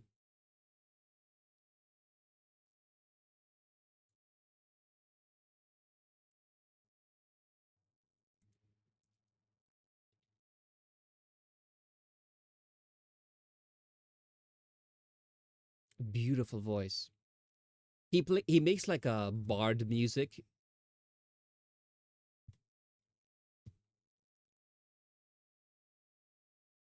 Nyan Cat song. Ah, I haven't thought of that in years. I like this song.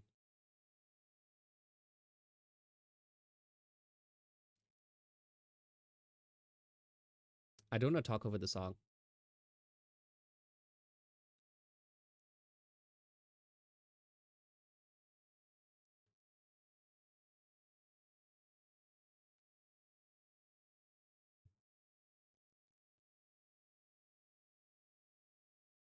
Beautiful.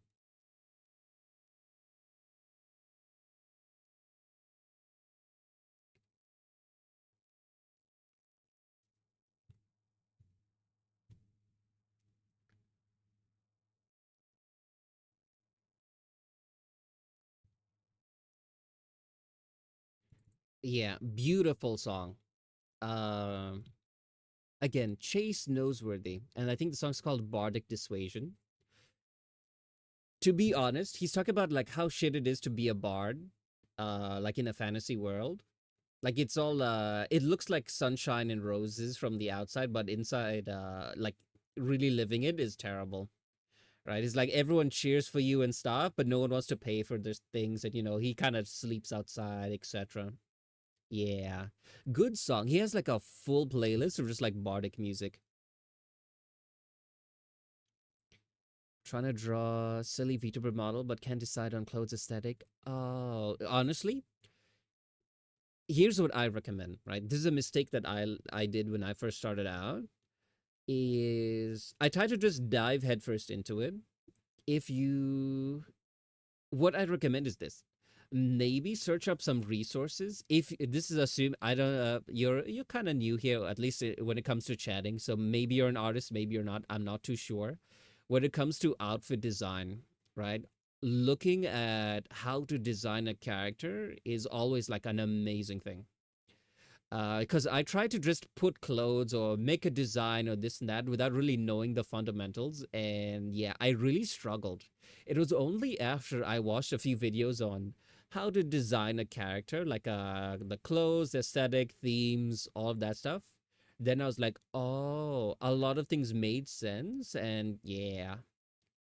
So just in case, I don't want to presume, putting that out there, even for like anyone else who wants to get into art, super super useful.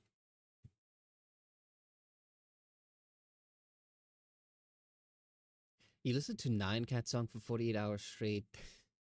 Yeah, honestly, I like to do a little bit, but man, I hadn't heard it in a while. I should look for it again. Maybe add it as a sound alert.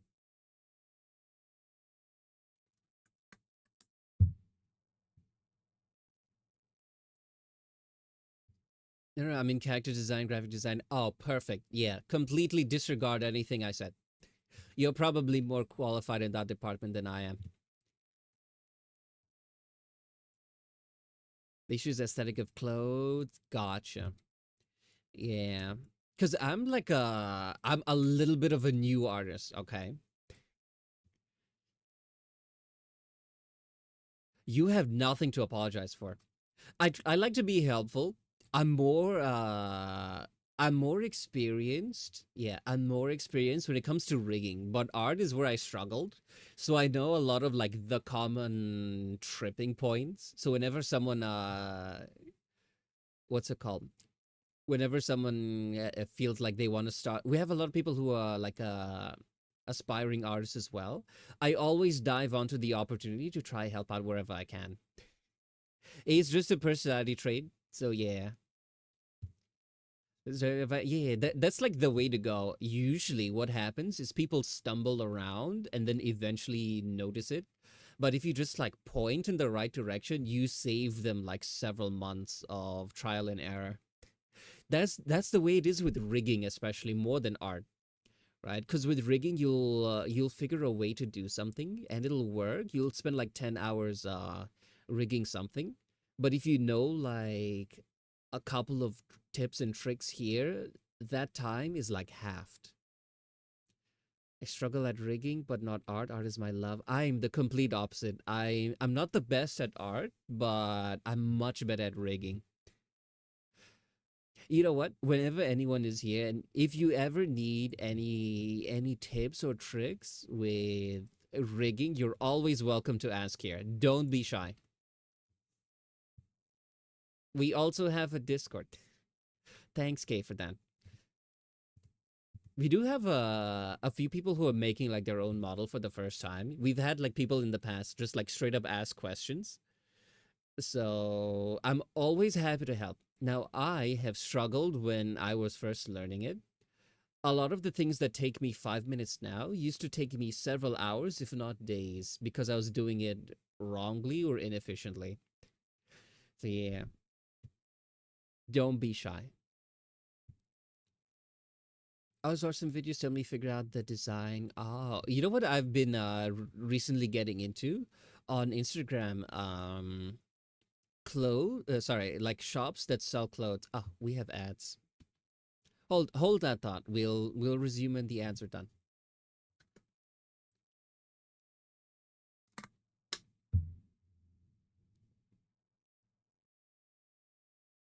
Don't worry. Hair physics, I have a way of rigging things, which I've never seen anywhere else, which means either ow, which means either. Actually, I don't even know what it means. But yeah, it's very useful if your hair is one layer. Like for example, like mine, each of the little tufts that jiggle are one layer. So you see, it wiggles like this, and it also wiggles, like that. Now this, I have a little technique which super useful.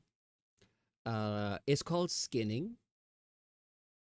But most people, okay, when you do skinning, it helps you swish back and forth. Hold on, I think let me turn on a lamp. Yeah. So when you do this, skinning makes it swish back and forth really well, but there's nothing with up and down. But I do have a method around that, which makes it super smooth and relatively easy to do. Skinning is my nemesis. Tried and failed. Tried and suffered. Sorry. Okay, you know what? Let's get into it. I'm booting up live today.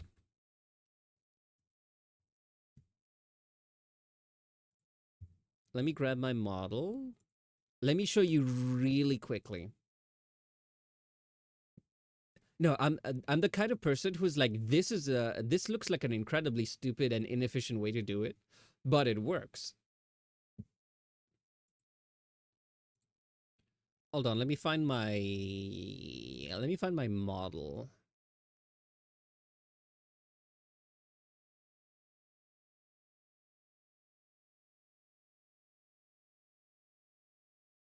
Where is this thing? Okay, hold on. Let me put this aside.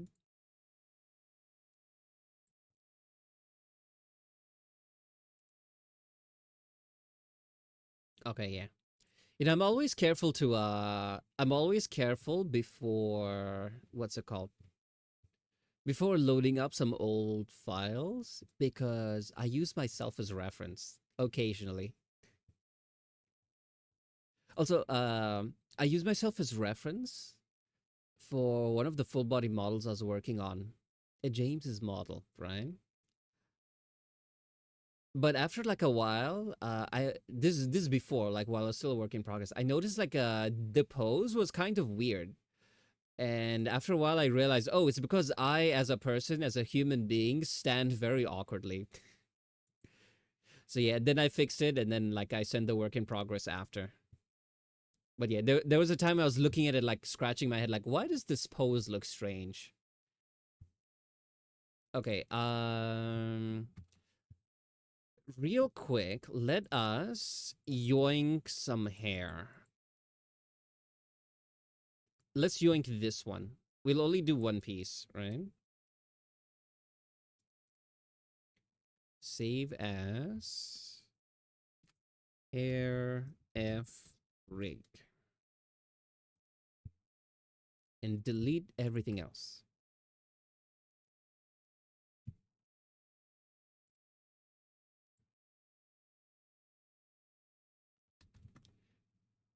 Okay. Oops. Now let us put this. Boy, you sneaky, huh? The fact that I use my own self as references, or because that is actually a pro tip. Like, if you want references for specific poses, you can just take pictures of yourself. Okay. Now, first things first. You're familiar with skinning, right? Um. So for hair, you always want to go for a little bit heavy on like the art mesh. So yeah. Mm, for simplicity's sake, I'll just go with super heavy. Is that a bit much? So, simple hair, I'll just click 1, I'll click 2. Right, you can do this thing manually and probably be more efficient resource-wise, but we're speed running this. Never too much, but do be careful. If you go a bit crazy with it, your computer will run slower, because instead of, for example, it has to manually process each of these squares. So if you have like 10 squares, it's like 10 processing units, so to speak. If you have 100, it takes 100 processing units of power or whatever. So like the more you use, like yeah, just be cautious. I used to go a bit too little, and then afterwards I went a bit too much, and I think now I have a bit of balance. Like the parts that deform the most, they have a lot more art mesh, but parts that don't deform that much, I keep them a bit low. But yeah, okay, let's go for skinning. Yeah, so the way skinning works is you can just quickly. Although you guys can see the menu. Let's put head input and hair triple pendulum. Yeah, these are just the settings you can import over here on the side. You know, I put a head input and hair triple pendulum. These are default settings. So output, you can put, for those who are not interested in live 2D, I apologize. Say 10. 10 is a good number. So the hair swishes. You'll notice it's okay. It deforms a little bit clunkily. So what I like to do, a little bit of my tip is each of these things, when they rotate and they rotate, they deform a little bit like that. So what I do is I just click this one, same parameter.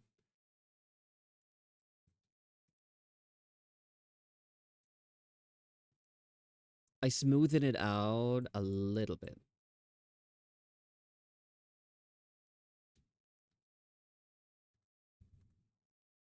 Smooth it out a little bit. Now, it doesn't have to be perfect because your model will never get to this point. Like, it won't get to like this extreme. So it's okay if it's a bit rough, so long as it's kind of straight. So you just do that for, you can skip the first one. It just rotates the whole thing. So the second and last one. If your model is more complex, you probably do that for more. But something like this, like the last one, you'll notice it doesn't switch to the side. It more just pivots on a point. You can just take this and move it to the side. This one, move it to the side. Again, you'll notice it's not perfect, but that's okay. Now, if you go back, again, you saw that 2 seconds of change, right? It now jiggles a lot smoother. See that? You can always add a bit more.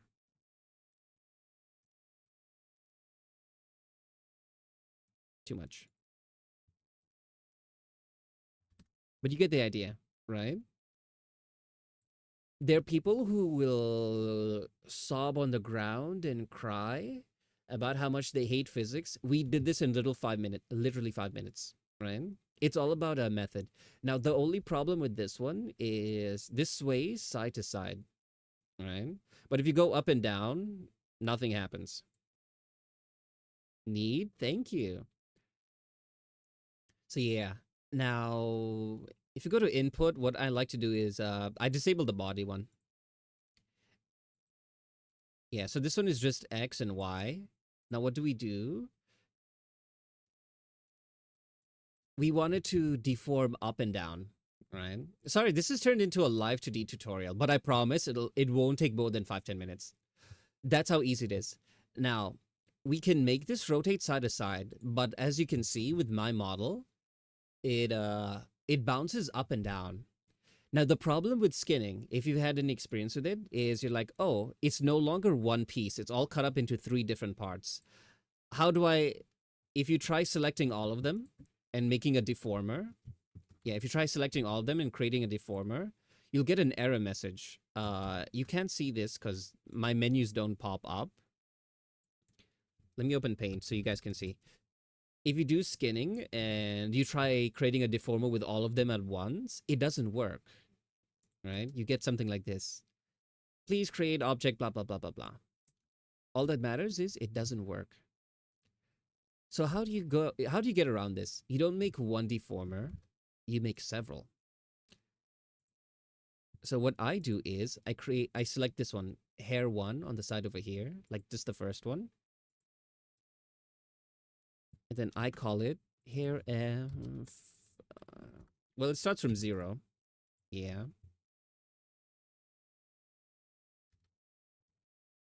Yeah, we'll make a deformer here. You see, if you look on the side over here, it's like this. Maybe 25, 25. Yeah. Never too many dots. Ow. Well, thanks for subscribing. Thank you, thank you. Yeah, I love tutorials. Well, this is the place for you. Okay, back to the lesson. Now we've created one deformer. You can move it around. You can move it around, but it only affects that one part. Getting that founder badge. Yeah, again, I always say I don't monetize the stream. So if you, I think you only had like 3 subscribers max, and there's probably like 7 more founder badges. If I ever actually try to learn to draw animation, I'll try to remember this. You don't have to remember. You can join our Discord and ask again. Sorry, I'm working on marketing myself. I'm always very bad at it. But yeah. Discord. There we are. I'll give subs to my bot. Yeah, then start selling the badges. Are they transferable? No, I don't think they are.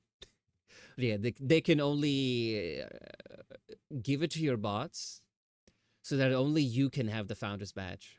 My join the Discord, completely optional. You can just ask me while live. My streams, don't let the art fool you. We're mostly just yapping here. So, what's it called? At any given moment, if someone asks live 2D questions, I will drop the art I'm doing and we pivot into this. If you've noticed, yeah. So yeah, okay, we have one. Select this. Hold on, let me copy the name because I'm lazy. This one, number 2.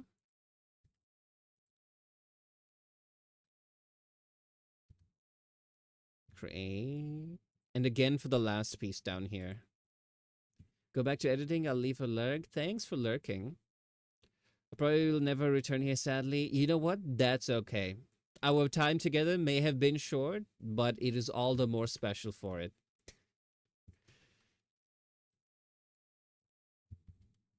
Don't mind me. I'm just very dramatic. But yeah, okay. Um, you can select all of them together like this and deform them all at once with a brush tool. So say you have a parameter. Let's use the hair one. I'll see you until the stream ends. Maybe by then you'll be convinced to follow. But yeah, let's see this one. Say we want it to bounce up and down. So this one will be bouncing upwards. We want it to go up and fat, right? So like if you've ever seen anything squish, yeah, don't mind if it's a little bit blocky. I'm kind of just rushing this. So yeah, up and then down. Down we do the opposite. We stretch it and make it a bit thinner, right?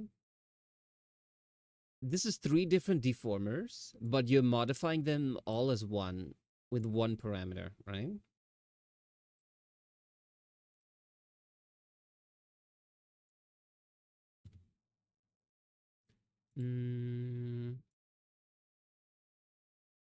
Now, let's create for the physics. Let's do hair physics Y. Exact same stuff. Delete, delete, delete. I think it was called the side one, right? Input settings. This one is the Y angle. So, oh, oops, sorry. This is supposed to be 1. So yeah, when you move left and right, you'll see it sways to the side. Hold on. It sways to the side, but then up and down, it bounces like this. So you see, most people, they're like, oh, do you use warp deformers or do you use skinning? They'll be like, skinning is nice, but it's only good for left and right. But if you do my little thing of adding multiple deformers, you can do up and down, left and right. Does that make sense? That took us like 10 minutes to do for like one strand of hair. Does it seem a lot easier now? Nice, yeah. For one strand, yeah. If you look at my model, I have one, two, three, four, five strands. Yeah, it's just rinse and repeat. So if it takes 10 minutes to do one, within an hour you're done with the hair. Wait, what is a strand? Well, it's not a strand, but lock of hair. So you see this one? Yeah, you see this one here on the screen is literally the exact same one on my model. Now there are other ways to make it like the physics could be a bit better. But again, I'm really rushing to just do this very quickly because I don't want to like, spend all day here. I'm just showing you proof of concept. That convinced me to join the Discord. Well, glad you decided. Yeah. Well, we have the art section. People like to share their stuff. You're always welcome to ask questions in the Yappy one. If I had motivation, I could probably learn art. Maybe if you stick around, watch me draw, watch me rig, that'll inspire you. Wink, wink. Ooh, fun thing about my model. I discovered this by accident. Do you see, look at the ears.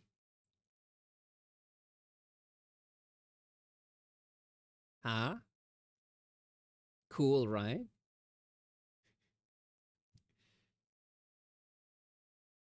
Since I have 144 hours in Cookie Clicker. Now, imagine you put 144 hours into art. Probably be pretty good at it. Very cool. Thank you. Yeah, I discovered that by accident. Cuz I linked each of the like for example, when I blink it twitches. So I linked each ear to each eye. So I think when I winked, it only moved one and then I'm like, "Wait a minute." Ooh, another cool thing I did. Yeah, cuz we have new people here. Do you see the dice that I have? Yeah. Do you see this one? Hold on. Yeah, you see this dice? Little D20. Now it's cool, it jiggles. Do you want to know what else it can do? Hold on, ignore the fact that I'm zooming out. Here we are. You can redeem to roll the dice. Look, look. It rolls, it rolls, it rolls, it rolls, and then it lands on a random number. So you got 19 this time. Already showing off again? Yeah, the one thing I will shamelessly show off every single time is this dice. See, in the channel point redeems, we have one that's called roll dice. If you're wondering what that was, yeah, it's this one.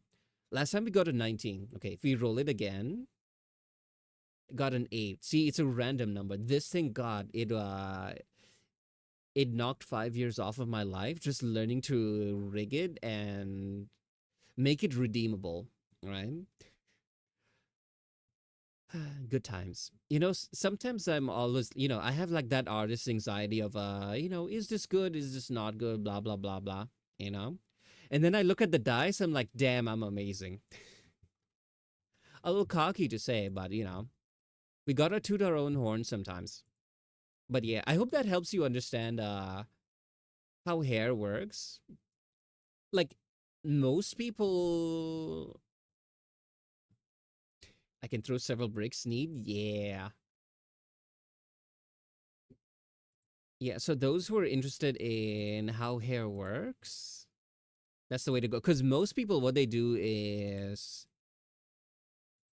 say they have a deformer like this, and then they have like multiple parameters, and they deform it.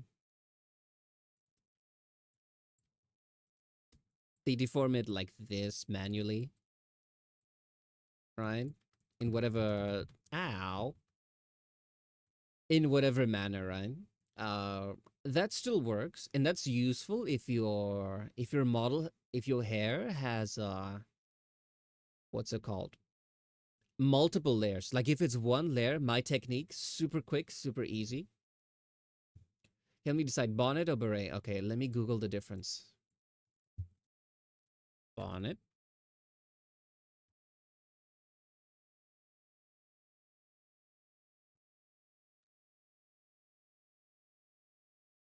Beret. I think berets are cuter. I've only drawn rats. Make a rat model. I mean, something simple. You know what? Do you see these little models in the corner? These are the pay to use ones that I made. So it's ones that I created. I'm like, for $10, you can have it and use it as your own. I've been making animal ones, right? Because I want them to be kind of generic. So like anyone can have them. I've been trying to figure out what animals to make. So I'm like, a rat. Yeah, a rat one is next. I'll add that to the list. Yeah. Well, it's a shame you're only here once. If you stuck around, you probably would have seen a rat model. Just saying. Rat King? Yeah, we could give it a little crown. I want to make it round, like the little sheep. I can see it now.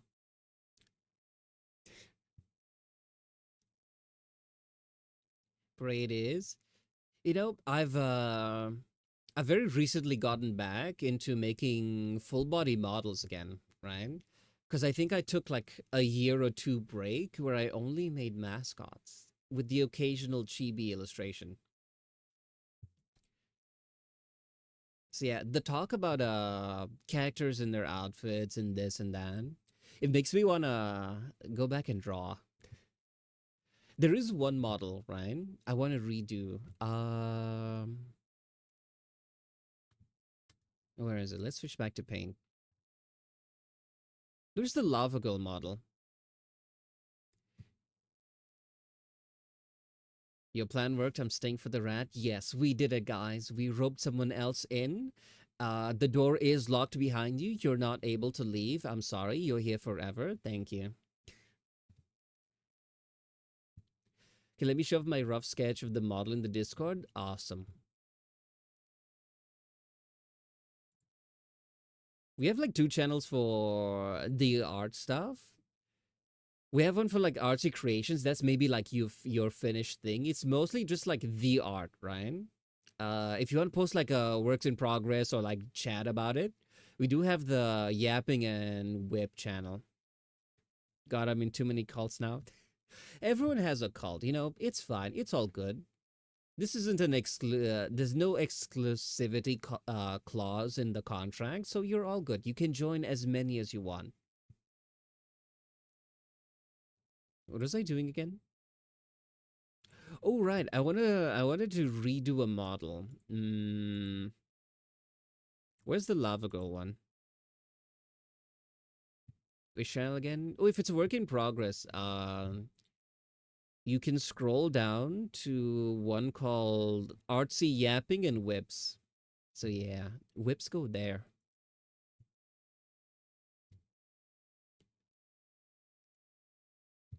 it's it's just to keep it like a bit for example, there's a channel which is mostly just art and people being like claps and wow, that's gorgeous, right?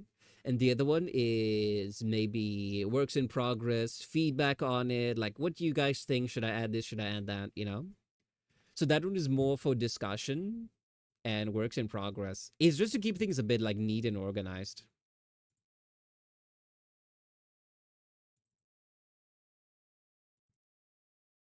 Okay, here it is. Yeah, this is the model. So I made this one like a very long time ago. And I'm looking at the art and I'm like, the shading could be better. Like I've learned to render skin like a lot better. Like you'll notice I have this is back when I used to have a fear of contrast. So you see they blend together a bit too much compared to like my model. You see there's a very clear shadow.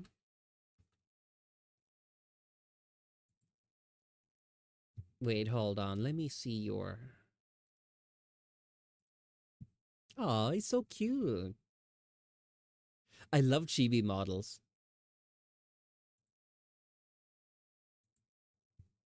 I love it. For those of you who can't see it, you can join our Discord and check it out. Okay, okay. Enough with the Enough with the bit of overly marketing my stuff. I refuse to not be a chibi. It has to be chibi.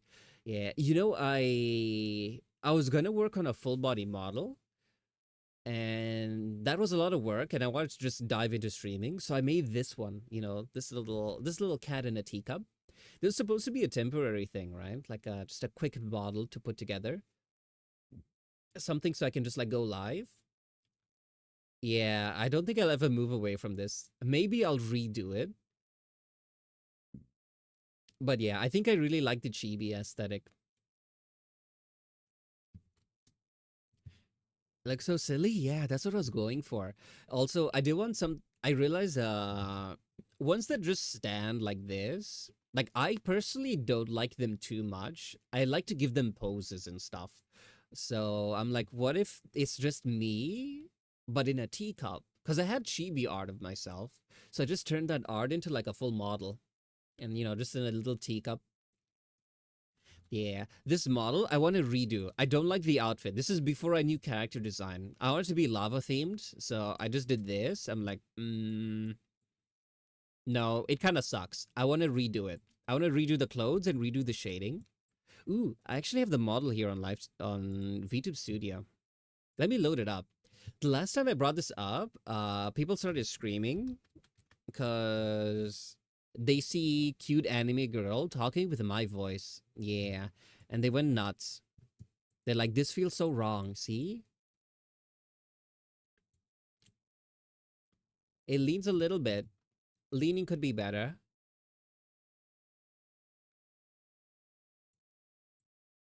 Yeah. So far, only the head leans and like the hips sway a bit. But yeah, I could definitely redo the outfit and a lot of other stuff. So yeah, maybe one day I'll do it on stream. No, no, no, I said your voice feels weirdly in place. Well, that's not gonna convince me to stream with a anime girl model. It's all good. They are like a. I think the most famous example is a porcelain maid, right? He has a female model, but he's like I'm a guy dressed in a female doll body. Like that's his lore. But yeah, I don't think it's for me. I like my cat chibi a bit too much. But yeah, I look forward to redoing this. One day I'll do it on stream. Oh, you also see it's like a bit jittery. Not the most expressive thing, but honestly, I remembered it as much worse, right? But when I pulled it up again to show people, I realized, oh, it's actually not bad. I like it. It just needs a little bit of rework. Wish me luck. I have to draw 4 layers for the chibi model. That's a lot. But yeah, good luck. I'm saluting right now, but you can't see it because it doesn't track the hands. Okay, let me bring back the cat you all know and love. By the way, for context, to show you that I'm definitely not gonna, yeah, that I'm definitely not gonna change away from this model. Since I started streaming, right? I have 5 different versions of this one cat. I change them, but no one notices. It's always when I add toggles or fix some stuff. New female models by order, you'll be crazy with this physics. Yeah, someone saw like, do you see the little sheep, the little ball, the way he's bouncing? I was showing this to a friend of mine, Ryan, who's also a streamer, and she's like, hey, the little model things you do? If you made female models and make their chest this bouncy, you could make a ton of money. So yeah. What type of wood is the staff made of? Okay, that's too close. No idea. I got it from a little magical tree. There was an apple, a talking snake. I don't know. It was a whole big thing. I yoinked a branch, grabbed it, ran off. So yeah, it's very magical for some reason. Still waiting for the maid outfit from Ordi. One day, still working on it. Stole a branch. Yeah, there's a place called Eden. Anyway, mine now. Ooh, by the way, a fun thing about my model that I made, right? Look what I can do. You see my hand that's just like flopping about, not doing anything? I can do this now. When people are acting up, yeah, just give them this little thing. I feel so mean using it. It was made I think the one that inspired me to make it was Feather. Just as if he pops around and pretends to be mean, yeah, I had this locked and loaded. Weirdly shaped brands. Well, it didn't come like this. I did have to shape it a little bit to kind of fit the dice. I gave it some ears just to keep it aesthetically pleasing. But yeah.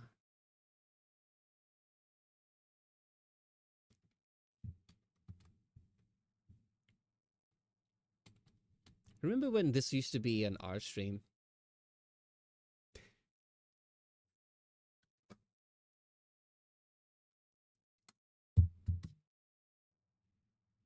I did make I remember rigging a skirt once. I don't think I have that model. It was archived and locked away. We did art when, hey, we were productive for like the first hour of stream, and then we spent the next hour and a half just yapping. For those of you who come for art, you got scammed. We just yamp here, and I get to show off some of my stuff, and I get to answer people's questions and talk about random things.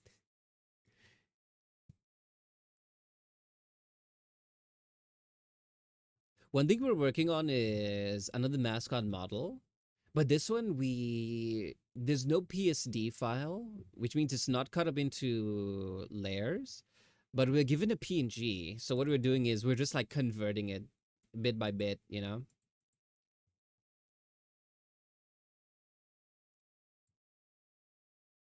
So yeah, we were given like this PNG. You know, it's all just one piece. Yeah, this is all just one piece. So we've just been cutting it up for like the past two streams. We're basically done with the head, which is arguably the most difficult part.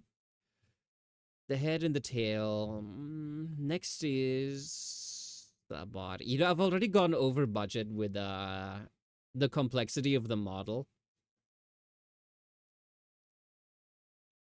But I don't want to half-ass it, you know? We're putting our whole ass into this one.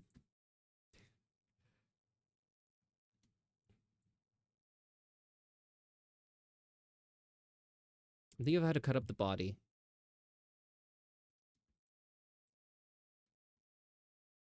And not in the sense of murder, in the sense of rigging a VTuber model. Oh, by the way, did you know the word rigger means something completely entirely different than live 2D rigger? Apparently it's a BDSM thing.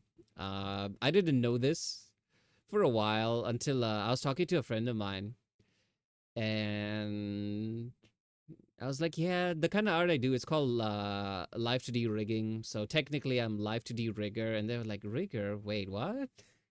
They got concerned for a second because they didn't know exactly what I did. And then they explained it to me. And I was like, oh, oops. Ooh, I did see a post as well. I think after that, where someone was introducing themselves. It's like, oh, I work in animation, I'm a rigger, and someone else thought they were talking about BDSM and not art. Language is fun.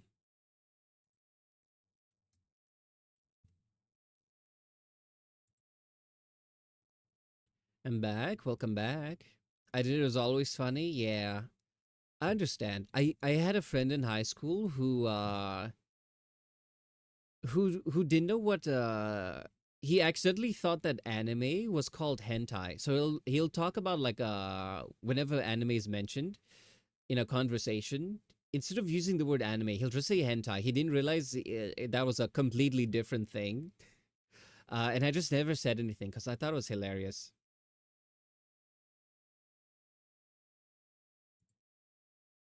And I had a classmate who drew hentai. Well, I maybe okay. This is a very say so stream. I tend to be a bit on the more polite and say so side, but I have been commissioned to make hentai before. Yeah, I give off prudish energy. I'm learning that a bit recently, but yeah. No one will ever find it. I've never posted it. It's not credited to me. Honestly, I don't know where it is. I do have it in a folder. It's locked away somewhere in a little commission folder, a little subfolder called "The Ones We Don't Talk About." Why did Automode pick that? Because of the word hentai, probably. Yeah, when you mentioned oh no, I had a classmate who drew hentai. It gave me a warning that's like should we allow this message or not? So yeah, I just clicked allow. I've really automated the moderation here. Yeah, it just has like keywords that is like, hey, this might not be appropriate. Are you okay with this appearing in chat? Yeah. It's only the mods that like see that message. But yeah, it's all good.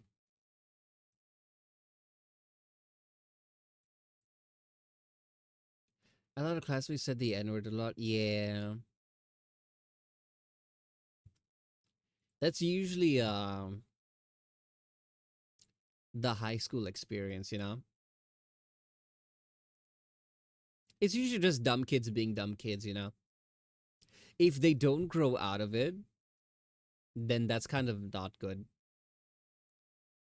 But a lot of the time it's just younger people repeating what they saw online in middle school. Yeah, that tracks.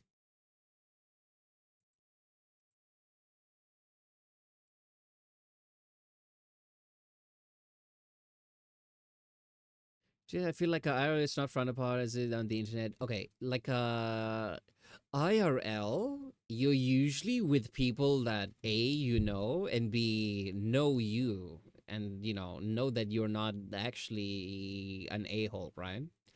Now, on the internet, you can never tell, truth be told. That's why we don't have like a stupid humor allowed here. Because it's really hard to tell, especially through like text-based communication. Is someone joking around and pretending to be dumb, or are they actually dumb? You know? And I don't want to waste time and energy trying to like investigate and figure it out for each and every person. So like yeah, just keep the place cozy and calm and we're all good. It feels like that too. Yeah, honestly, it's not even like oh, person said something, shoot them on site. Just be like, hey, that's not okay to say, you know?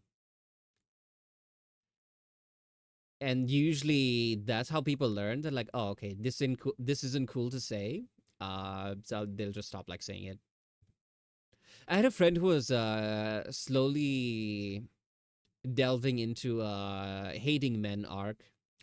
So when it started getting a little bothersome, like the one lol I hate men is one off, teehee, you're just making a joke, being dramatic. It started getting more and more frequent, and I even told him like hey, this is getting old and it sounds like you're starting to actually believe it. It's not good and I'd appreciate if you stop. And she's like yeah, oh well. And then she stopped doing it. It wasn't a big deal, just like it would be better if you stopped doing this. And then she stopped, and that's how communication works. Been kicked in the balls a lot too. Okay, I haven't been a lot, but actually same friend that I've been talking about right now. Do you know how I met her? I moved to a new high school, right? This is the story that she tells everyone about how we met. I moved to a new high school. I am the new kid, right? So I make one friend and he's showing me around the school, introducing me to people. And then he introduces me to this girl, right? She was playing netball with some of my now friends, right? And they're like, hey, this is Ordy. He's new. He just moved here. Do you know what that friend did? I think she was like in a foul mood because maybe she missed a shot or something. She just turned around, looked at me, and then just kicked me between the legs. I've never met her before, never spoke to her, nothing. Just on site violence. Anyway, fast forward like 3 years, we're now best of friends, and we have been since that day, since then, right? This is childhood best friend. I call them every other day to this day.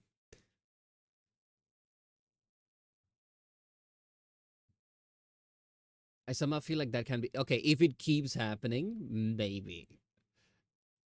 In my story, I literally did not do anything or say anything. I just said hi. That was the only thing I said. No hello from her, no nothing. Just saw me and instant kick in the legs. She was a bit of a violent person, right? She's calmed down a lot. We always joke that she has, in quotes, become soft. She hates those jokes. But yeah, she used to be a bit of a violent person. Kick someone in the balls after. Ugh. Okay. On a good day, that is really, really painful. After surgery, you must atone for your sins. Repent in whatever way you feel necessary.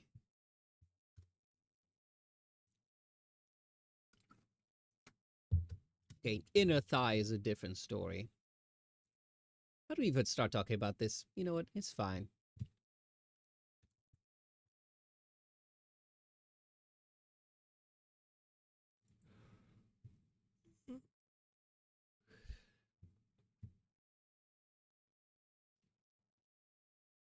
Yeah, some people have trauma with that. Sorry, I shouldn't use the word trauma lightly. Yeah, it brings up bad memories.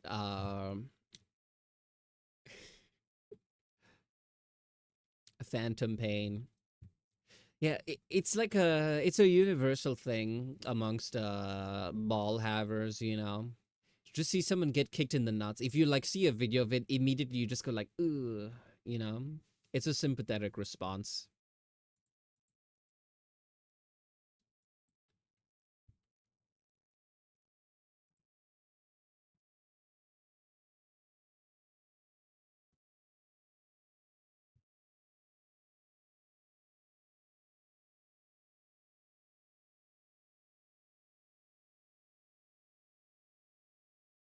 But helping reform a person just words, you're not actually reforming them.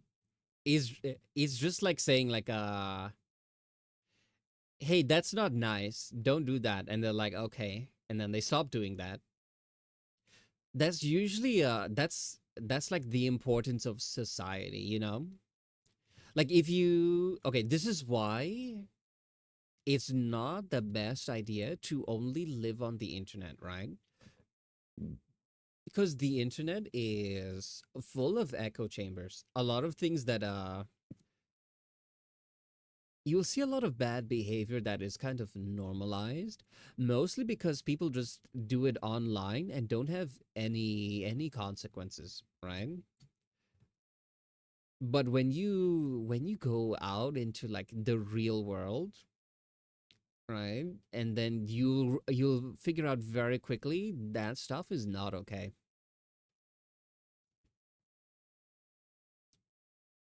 Said the F slur and Edward a lot. Understandable. Yeah, at most, I don't think it's anyone's job to reform anyone. I used to be like this. I try to help out, right? I'm in my villain arc, right? Which means I'm putting up healthy boundaries, right? If something is not good, I'll just point it out like hey, I don't think that's okay. And then they're like whatever. Most of the time, if they're a nice person, maybe they're like a friend, they'll be like, yeah, okay, I didn't realize this bothers you or this is not good.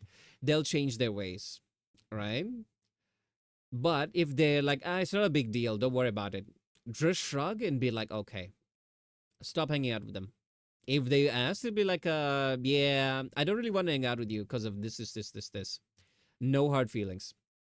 And then that's that. Simple. They'll either realize like, oh, they brush it off, but it's actually a big deal, or they'll just be an ass and try to be a bit pushy, and with that, just leave. It's super simple. Crazy concept, which I didn't realize. Life hack: you can just stop talking to people and problem solve. By the way, problematic people is what I mean. Some wild stuff you hear when you stay with them long enough. Yeah, the problem is staying long enough. I used to be a fixer in quotes, you know. No, that word actually has a different meaning. I used to be the kind who felt like, oh, we can fix anything if we like try, you know? In the sense that, not relationship wise, more like friendships, because very platonically. In the end, I learned to just stop making excuses for people. If they want to be shitty, they'll be shitty. The worst thing that'll happen if you keep at it when they don't want help is either A, you'll waste so much time and energy that you could have just been doing a ton of stuff more productively in your life. Or worst case scenario, they'll just drag you down and you're now guilty by association. So don't waste your time.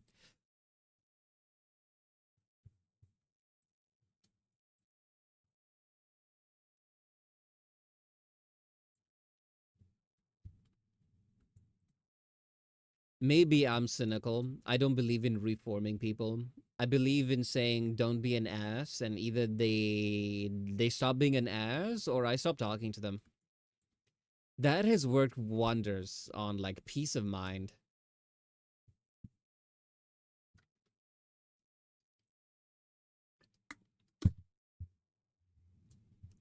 Listen, the world is full of people that need fixing.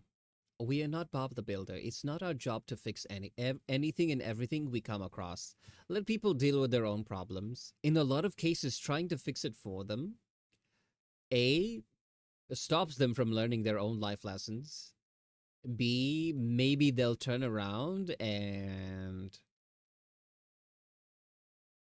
they'll start blaming you for their problems, because that's actually happened to me a few times when I try helping people with issues. Now my philosophy whenever I like give advice to someone or they keep insisting on doing something dumb, I mean, like, I think that's incredibly stupid, but I'm not gonna stop you. So best of luck. I think you shouldn't do that, but hey, some can be fixed with words, some lead, brass, and gunpowder. I have this I have this running gag with some friends where I'm like, any problem can be solved with a flamethrower. Give me a problem, right? Color theory going crazy. I wouldn't know. I don't know color theory. I know just the basics of like contrasting and complementary colors of like oh, this is the dial. Opposite colors on the other end. Complementary is like the one next to it and blah blah blah, that stuff, but not too experienced. You'll notice my model here, the shading is base color and one shadow color, like that's it.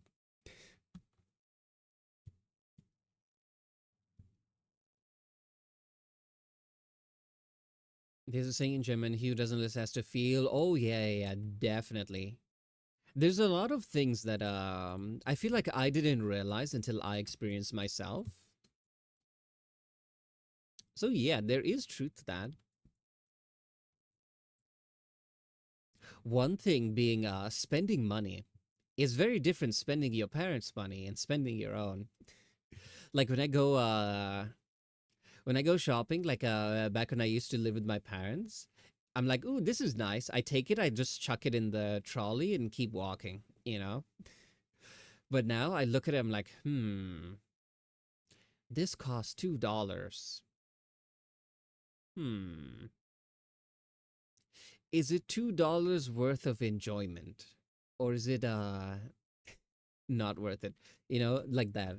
I'm like, I want this, but do I want it for $2, you know?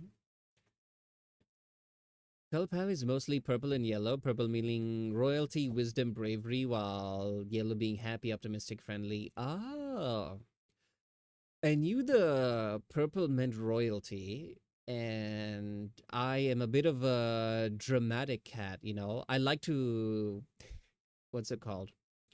I like to be the kind who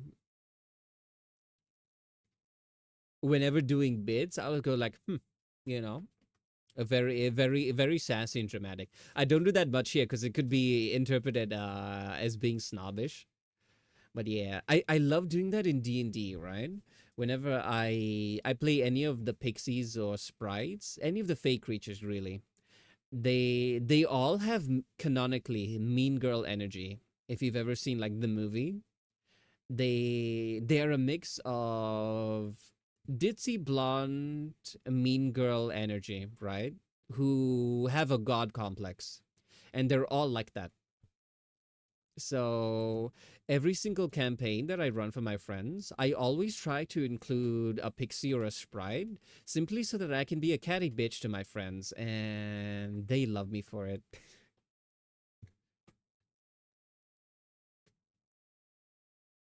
Because this cat is dense AF. Yeah, I don't believe them. They think I'm dense and dumb. You've seen the way I rig stuff, right? Do I look like a dumb cat to you? Hmm?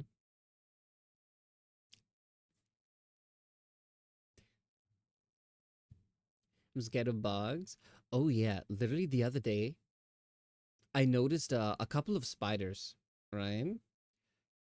Now the spiders here are kind of fat, you know? The ones that have like thick bodies and thick legs, and they crawl very quickly. So I was just like on the floor petting my cat, and then I see something crawl across the floor. I clocked it, instantly picked up an empty bottle of coffee.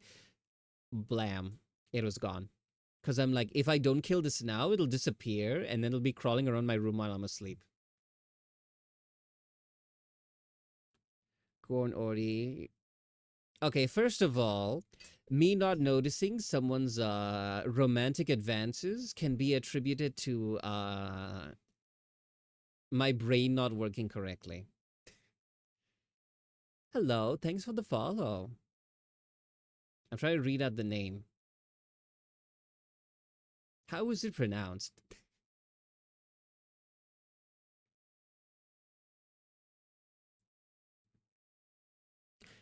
Is it Saganiori? Saga will do wonders. I love it when people have nicknames. Well, welcome on in. Thanks for following. Yeah. What were we talking about?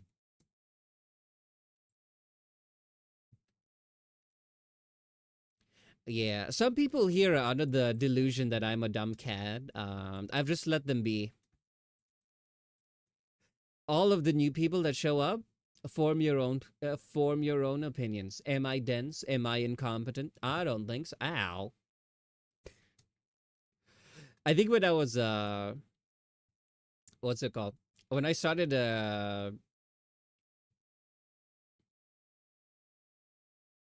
wait, is it cares or cares? Because I read it as a person who cares, but I figured that that was taken, and you just spelt it with a Z instead of an S.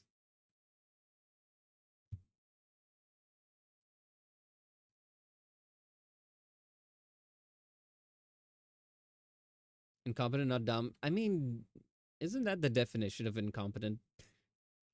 I love it when streamers can read my name. Yeah, you can dream. To this day, I have to go now. Well, thanks for stopping by. Oh, I didn't see the message. Oops. Yeah, thanks, Goldie, for stopping by. See you around.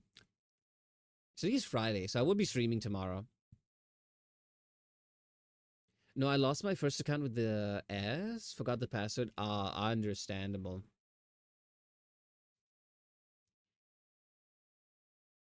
So wait, do you go by Cares?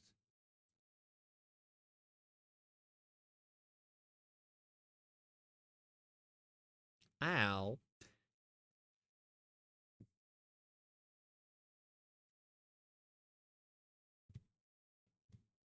Just out of curiosity, because I like knowing how to, okay. Okay, perfect. I'll remember that. Because I'm the kind of person, when I'm out in my Ow. What's with all the bullying? What have I done? But yeah, when I'm out in my human disguise, uh, my name is not so. My name. Ow.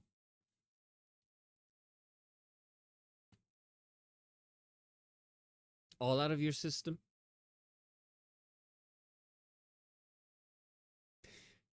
Well, thanks for the head pats. Where was I?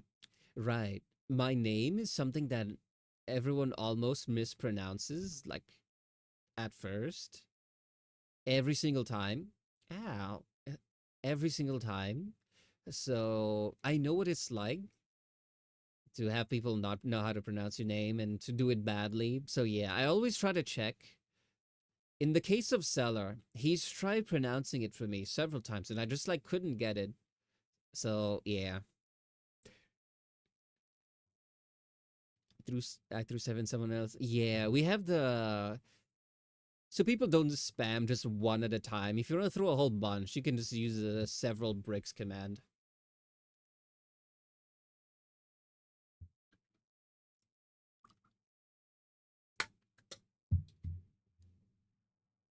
Can someone mispronounce your name? Yeah, when I'm outside in the streets, I don't go by Ordi. Ordi is easy to pronounce. In fact, when I was making the name, I wanted something that is like just easy, simple, what's it called? Easy and easy to spell and simple to pronounce. Where are you from? Take a guess. No one has ever gotten it correct, and I've never revealed the answer. But go for it. Start listing out places. You can hear my voice, you can hear my accent. Ordi is from Earth. Wrong. Next guess.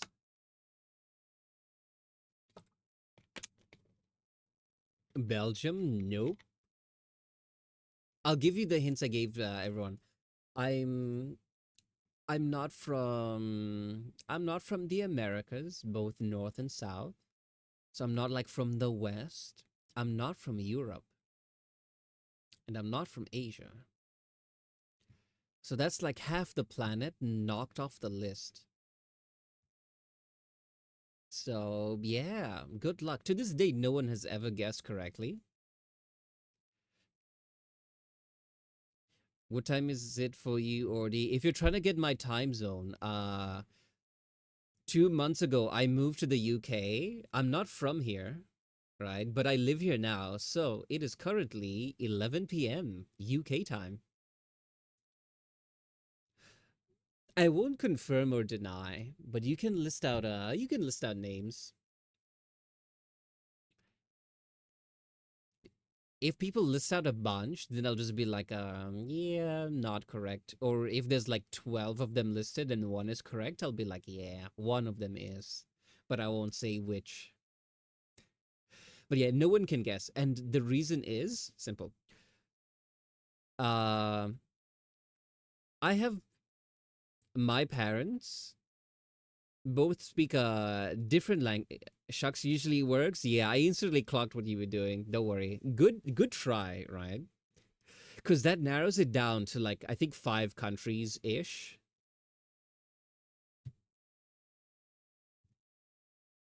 I mean, you can think that. Anyway, uh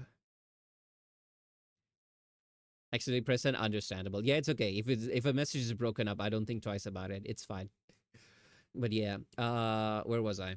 Yeah, if you know the time, you can just search what time is it in these countries, and then you'll get a list of like I think like 5 of them. And that kind of narrows it down. I don't even want to be like, nope, that's not it. Nope, that's not it. Nope, that's not it. Because then by process of elimination, people can eventually figure it out.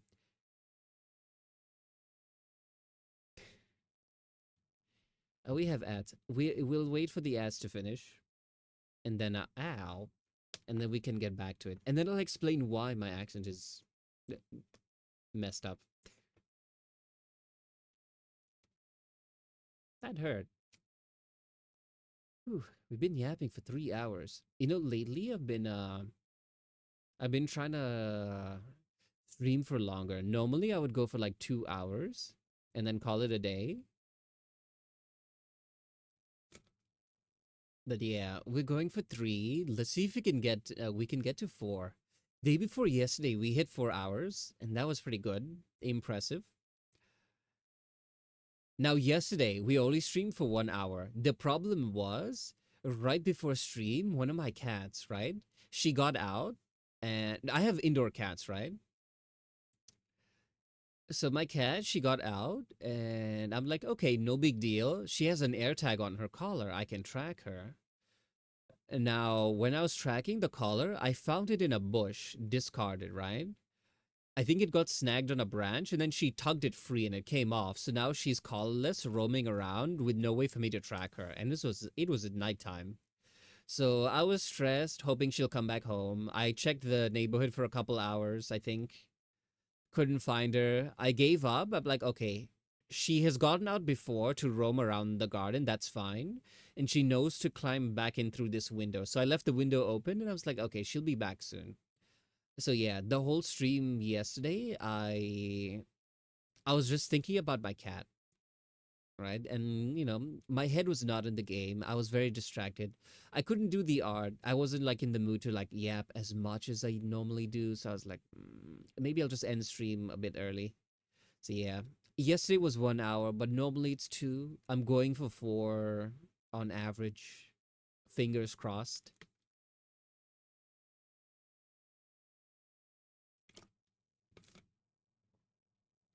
Cat first, yapping later. Yeah, the thing is, there was nothing I could do about it. I literally just had to sit and wait for it to come back. Because my housemate saw her when she was outside. When I asked him what she was doing, he's like, oh, she was in like the front garden and she was looking up at this window. One of my housemate's windows. But that window was closed because that person wasn't around. I think she got out through the cat door, but she doesn't know how to get back in. She only knows how to jump in through the window. So when she tried to come back home, she saw the window was closed, and then she saw my housemate who tried to like talk to her, call her, and like go closer, and then she freaked out and ran away. So yeah, I was like, okay, she'll calm down, she'll make her way back slowly, and then she'll jump back into the window, and yeah. So anyway, for those who had ads, TLDR, my cat got lost. I was worried yesterday, so I had super short stream. Eventually, she came back like 2 hours later, jumped back in through the window. So yeah, good ending. Wait, where were we? We were talking about accents, right? Yeah, ads are done.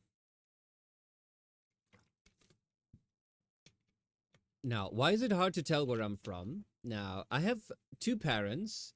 I'm a very mixed person, right? Different ethnicities, different accents, right? Different countries. So that is 2 accents that I grew up with. Now, the country I was born and raised in is not one that they're native to. So that's a third accent, right? And then when I went to study, like university and my first like job and working experience, I spent about 6 7 years in Malaysia. So I have a little bit of the Southeast Asian accent, which is why some people think Philippines, right? So anyone who's like from there, they'd be like, "Hey, he sounds kind of familiar. Is he one of us?" No, it's just because I spent a good chunk of my life there. I unknowingly picked up a little bit of an accent. Mm, and then sprinkled in is watching English movies growing up. And I'd watch a lot of Western movies, American ones, British ones. So I picked up little tidbits of accent here and there, the way I pronounce certain words. So yeah, all of that over the course of like a few decades brought you the accent you see today. And now that I live in the UK, give it like 5-ish years, I'll start sprinkling on accidentally a British accent onto the mix. Make it even worse. I have been complimented on it because people are like, oh, it sounds so unique. Where are you from? I always thought it was like this horrible amalgamation of so many different things. But hey, I guess people seem to like it. So yeah. I have one accent, but people guess my country wrong. Oh, it happens. Yeah. Like the other day, I think like a week ago, I went to pick up food at a store. And I was just thanking the guy for the stuff. He paused. He's like, brother, where you from? Yeah, he's like, American tourist. I'm like, no, no, no, I live here. And he's like, ah, so where you from originally? Yeah, because he couldn't place my accent. So he's like, I don't know what ethnicity he is by looking at his face, and I don't recognize the accent. Maybe American. So yeah, that happened.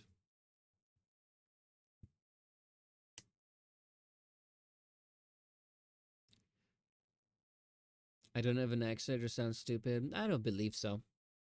By the way, everyone has an accent. When you say I don't have an accent, that just means you are most commonly familiar with people in your home country, and your baseline for normal is that someone else who is not from your country but is familiar will hear you speak and be like, "Oh, you sound Polish," you know?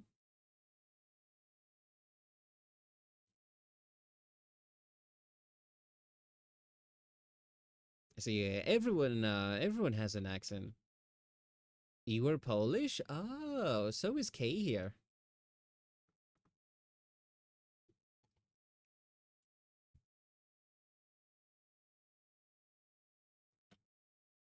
I imagine that means hello.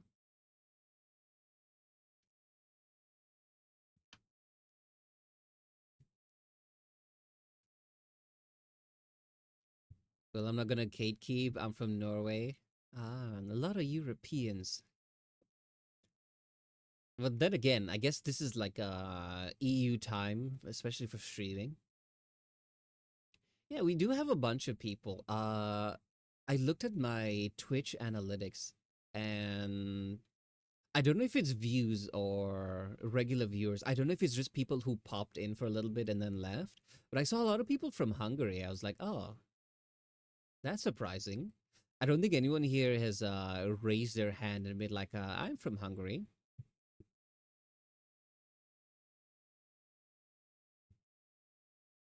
Yeah, just so curious because I was just wondering. I'm like, where are people from?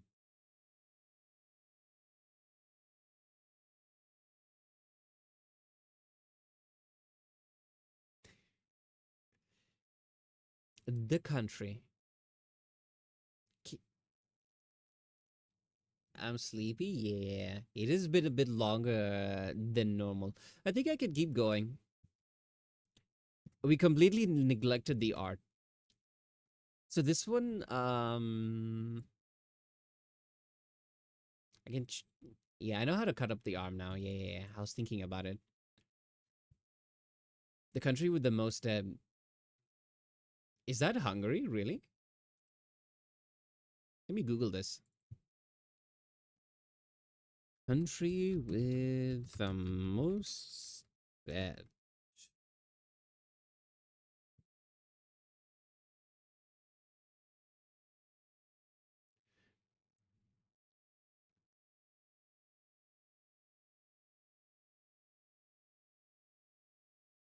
The USA, yeah. Oh, so you're from the US as well. Oh, okay, yeah. We have a couple people here who are Americans. Yeah, you should have been here yesterday. We were talking about someone's gun collection.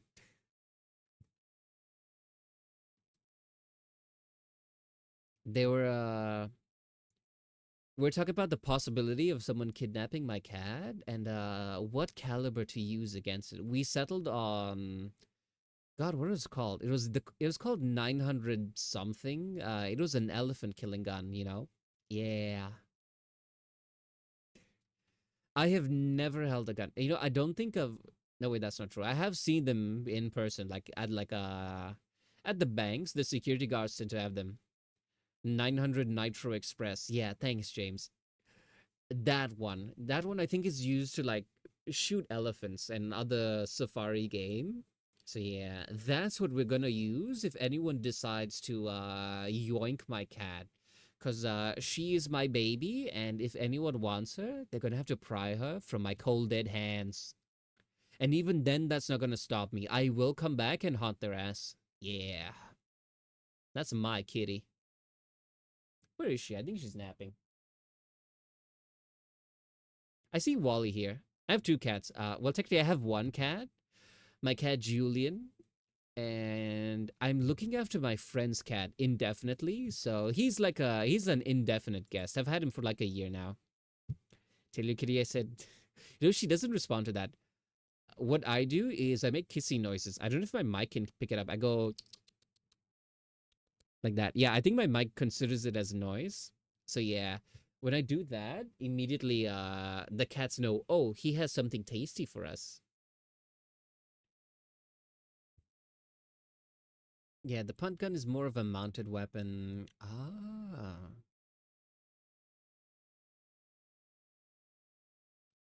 I want to see it. I don't think we saw pictures. Did we? No, wait, we did. Punt gun. Oh, this thing is massive. Yeah, this thing is bigger than a person. Did our pet pics on Discord? Yeah. You want to see my cats? There's only one way. Okay, we've been marketing a bit too much lately. I want a husky. Oh, they're so cute. They're kind of loud though. Yeah, we do have a pet channel. Hold on. Let me bring up my cats. Yeah, pet and plant spam. Where is my baby? Yeah, this is Julian. Oops. This is Julian. This is the little rascal that got out yesterday. Yeah, you see her collar? She has an air tag here. Yeah, it got snagged on something and ripped off. So yeah, here she is. She's an incredible voice actor, right? Voice actress. Her name is Julian, but it's a she cat, right? Don't ask me. I didn't name her. Uh, Whenever I don't feel like streaming, she just goes live and she mimics my voice and does art for me. So yeah, this is her. And where's Wally? Here's Wally, right? Here's a picture of him. He got out. He loves escaping, right? He goes out into the wild and then he gets scared and he gets lost and he doesn't come back. You see, Julian, she's clever enough to go out and know to come back on her own, right? Wally, what he does is he goes outside, he freaks out, and then he forgets how to come back, and then he runs and hides in a bush. I have met like four of my neighbors simply because I'm looking for Wally in their yard. I'm like, hey, I'm tracking my cat. He seems to be in your garden. Is it okay if I go in and grab him? Thank you so much. So sorry for bothering you. Then I grab him, like, yeah, I got my cat. Again, so sorry for taking up your time. Anyway, thank you. Have a nice day. Yeah. So yeah, this is Wally. He's the one who likes to escape and run around.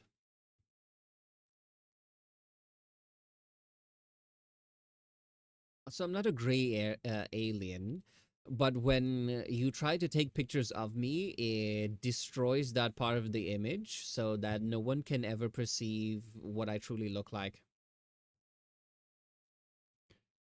Now mine isn't loud unless he's playing or want my food. Oh yeah. I was just on call with a friend of mine earlier today, and in the background, the dogs were just barking incessantly, nonstop. And after like about 30 minutes of that, I just like it's just silence. The dog's in the background, and I tell her, I lean in close to the phone into the mic. I'm like, a cat would never do this. I see Wally just staring at me. I think he wants something. You know what? Let me give him treats.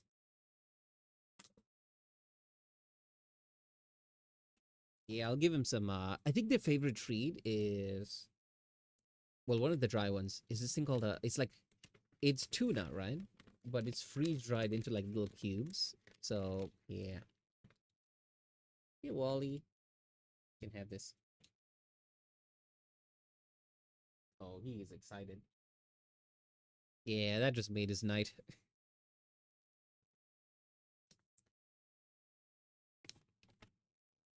As well as treats, I bought a water gun for him because he's kind of annoying when it comes to interacting with Julian.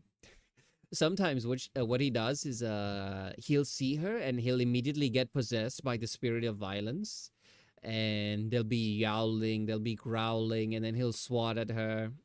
He's trying to play, but she is not interested. And in my new room, I have a bunk bed, so I can't easily go down and break them up like in the middle of the night. I used to throw my pillow at him. That would work, and then he'll come back 5 minutes later, and I don't have my pillow again. So I bought a water gun, and every time he acts up, I'd like spray at him. I spray next to him. I don't even hit him unless he refuses to let it go and leave her be.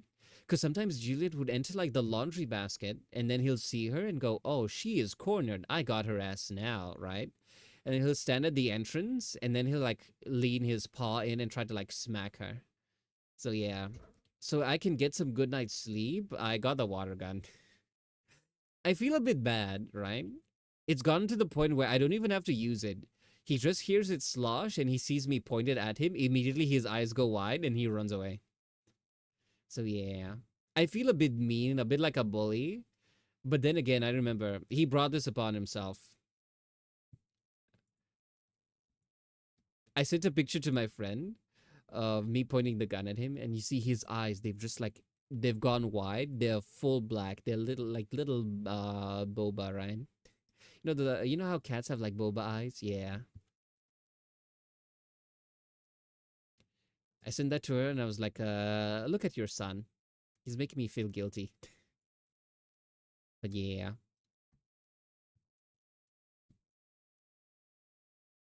I love the guy. He's so cute though. He's a bit of a rascal, but they're all different. Yeah, he was staring at me for like I think for like the past hour. He was just sitting and watching me. I gave him the treats. He's immediately gone. I think that's what he wanted.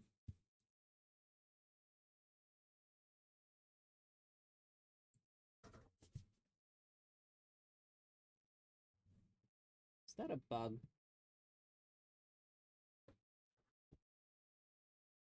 Hold on.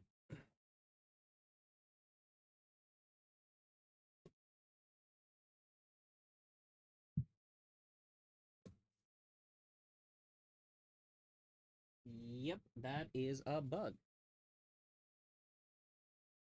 Thank God it's not a spider.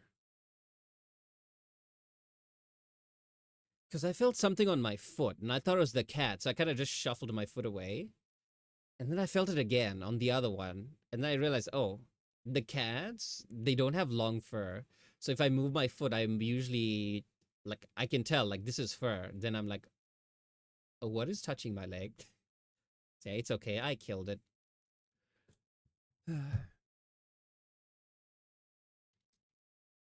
Anyway, you'll know it messed up the. Are there more of them? Hold on, I'm being attacked.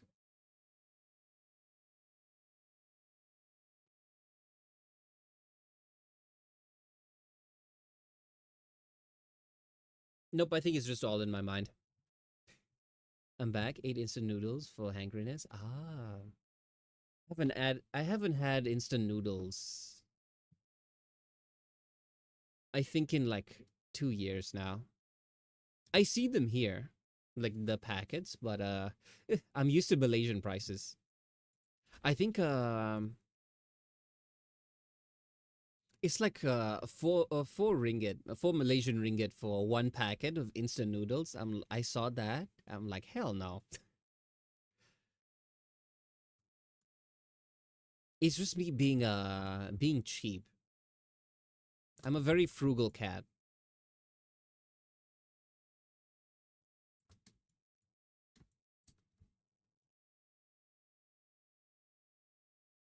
I'm frugal to the point where I saw when I first learned about like VTubers and stuff, I looked into the technology. I thought it was really cool. And I saw it was like expensive.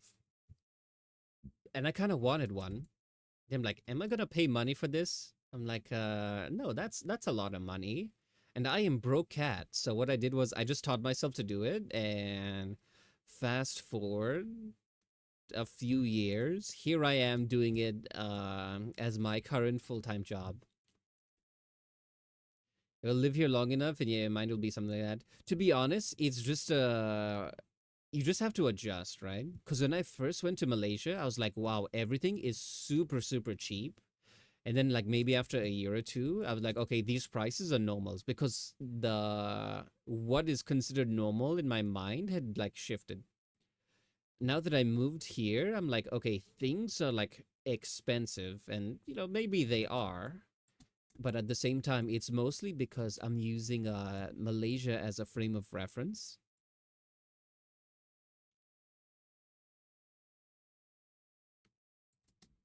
So yeah, that's why. One of my favorite parts about being in Malaysia is earning USD and spending ringgit. Like doing maybe like two mascot models. Oh, hi, Wally. Doing like two mascot models was basically my monthly expenses. So it was really nice. It really came in handy because when I was moving, I needed to ship my two cats, right? And one thing I can tell you, shipping cats internationally is expensive as hell. I've been building up my savings for like a while, right? Since everything I made from art, I put into savings, right? So what ended up happening is when I needed to ship my cats, I'm like, okay, I'm gonna get a relocation agency to do this because it's very complex and I'm not taking any risks. All my savings immediately was Thanos snapped almost exactly in half, and it was a lot. But fortunately, it was worth it because my cats came in safe. Everything was handled by them, and hey, it didn't take all my money, so yeah. By the way, did you hear him meow?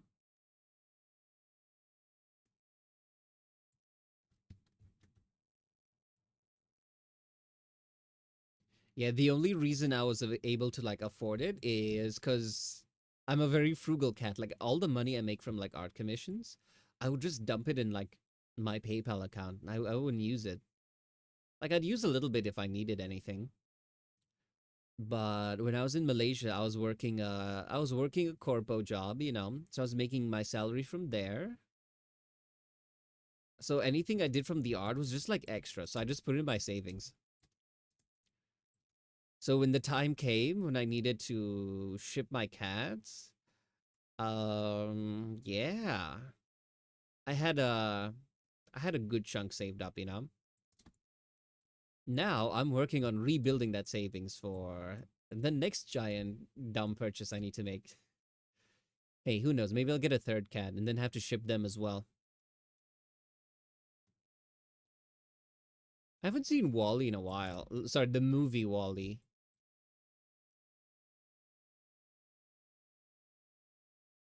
Then don't get a third one? Yeah, I won't. Don't worry. The good thing about this place is what's it called?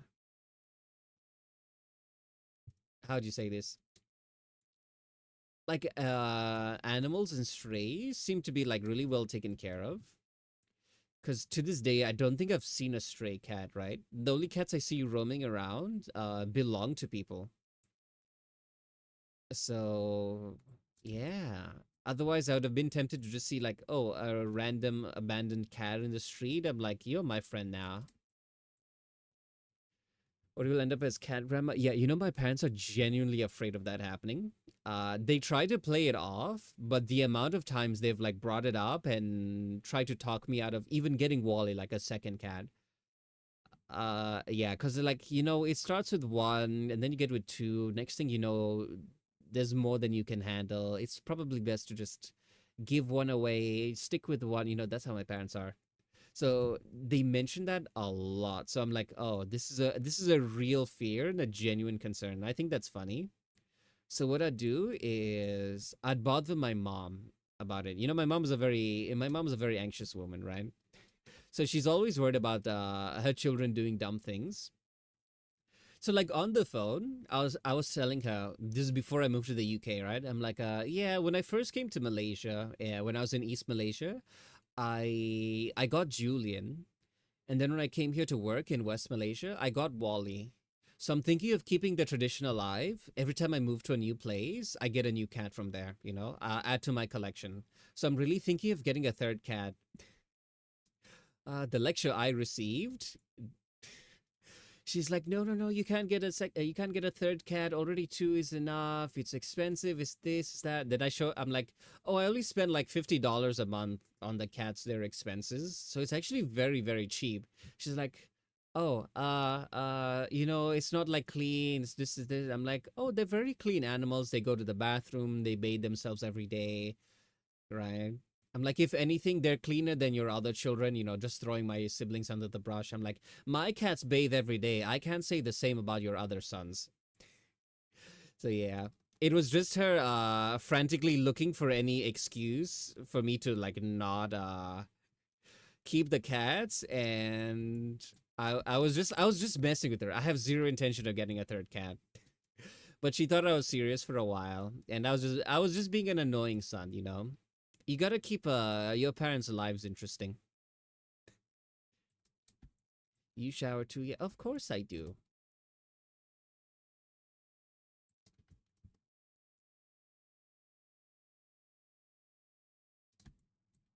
I'm the kind who if I don't shower each day, I feel a bit icky. A problem I used to have is not shower per se, but washing my hands and face too much, right? Because growing up, like in hot tropical countries, you sweat a lot, so you feel like sticky-ish. I would always wash my face off like that, right? Now, your face naturally has like oils and everything to keep it moisturized. So even if you use like moisturizer, the sleep is getting to me. Bye bye. Well, thanks for stopping by. Bye bye. Sorry, my voice is giving out. Bye, Kay. Have a good night's rest. Sleep well. Should I go to the toilet, take a quick one? Yeah, like if you just like splash water on your face, that's fine.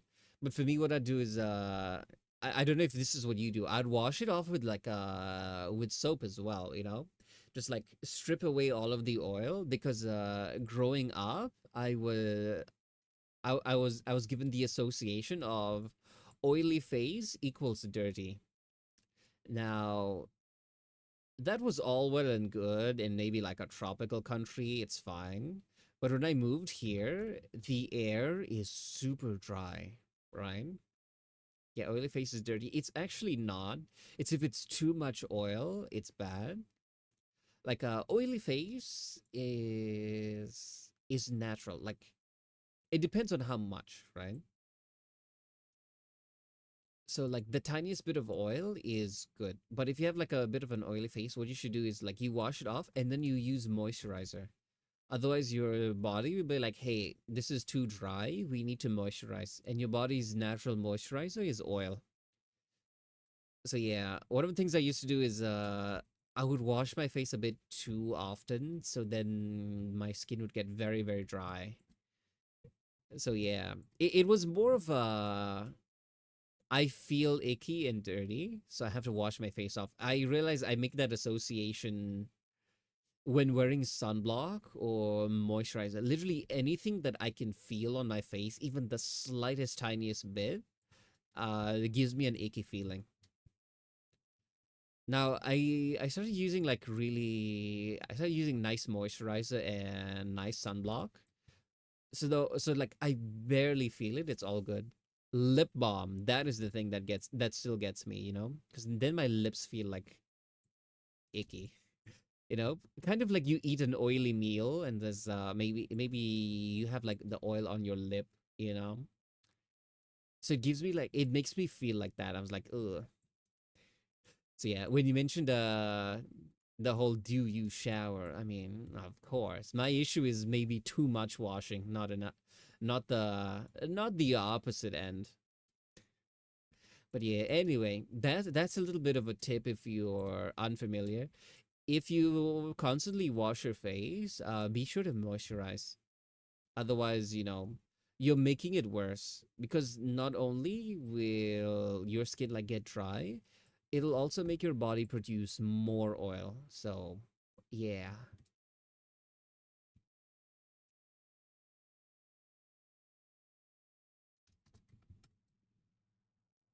I just can't help but take a shower. A lot of time when I go to the toilet, either you don't go to the bathroom enough or you shower like several times a day. Yeah, I don't think that I don't think that's the healthiest. Okay, it depends on definition of shower. Like you're just like going under the water, rinsing off, mostly just to cool down. That I can understand, especially if you're in a hot country. But if you're, the full shampoo and scrub, body wash, all that, that might be a little excessive. Also, I'm the kind of person who drinks a ton of water, so I go to the bathroom maybe like once an hour or so when I'm not streaming. When I'm streaming, I limit the water I take a little bit, just enough so that I don't have to pee until like the end of stream.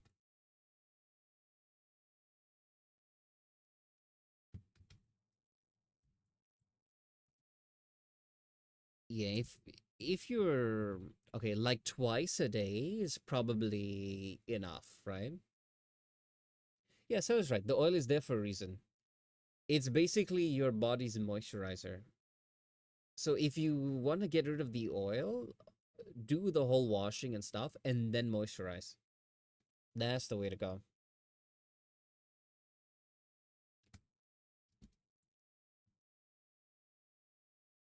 I've been really getting into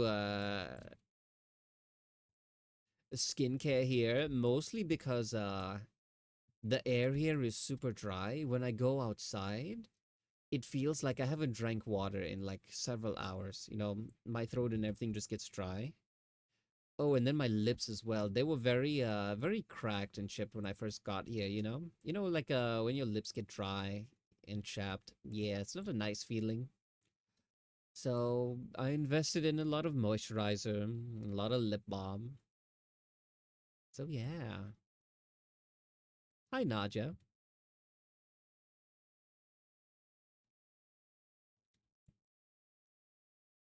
Okay, we're ready to cut off the arm.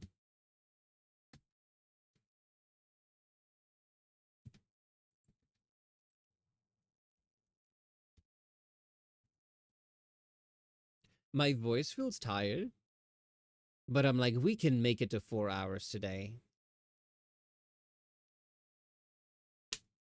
When I first started streaming, I was always worried about that I might feel sleepy and my brain gets tired. But as I've been streaming, I realize, oh, I don't get sleepy. It's just my voice gets tired from the constant yapping.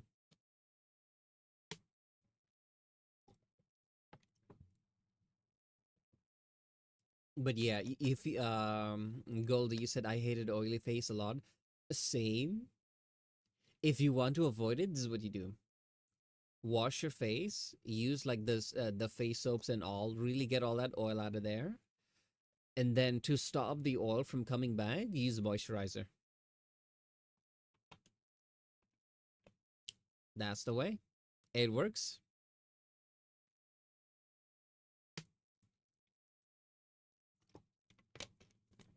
I mean, even now, what's it called? After I took like a shower, I washed my face and all. I forgot to put moisturizer. So I literally just put my finger like on my face. I'm like, yeah, this feels like twice as oily as usual.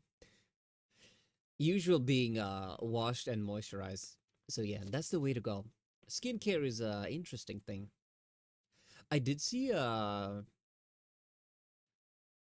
you should be careful as well. There if you don't use certain products well, it could make things worse, not better. So if you're just washing your face and putting moisturizer, you're all good. But if you're using the ones that say have like retinol and all of that stuff, that one you should be very cautious with. Because the thing about retinol, It's a chemical that basically makes your skin cells regenerate faster, something like that. Like you know how your skin cells they are formed, they are young, they grow a bit older, and then they die off, right? So retinol, what it does is it basically makes that cycle a lot faster. So you always have like younger skin cells. So your skin looks fresh and vibrant. Now, the downside is those skin cells actually burn a lot more easily in the sun. So if you're using something like retinol moisturizer and all of that stuff, uh, you need to be very cautious about your sun exposure and always wear sunblock, you know? So yeah. Also, you got to be careful about the retinol. I think I used it one time and I got retinol burn, which is like a it's kind of like a sunburn, but it was induced by the retinol. I didn't even know what it was at first. I think I used a bit too much of the moisturizer. So yeah, since then I was like, I don't want to use retinol. I'll just stick to normal moisturizer. I use the one from that I use the one from like the CeraVe. I heard that it's pretty good. Doesn't have any extra unnecessary gunk.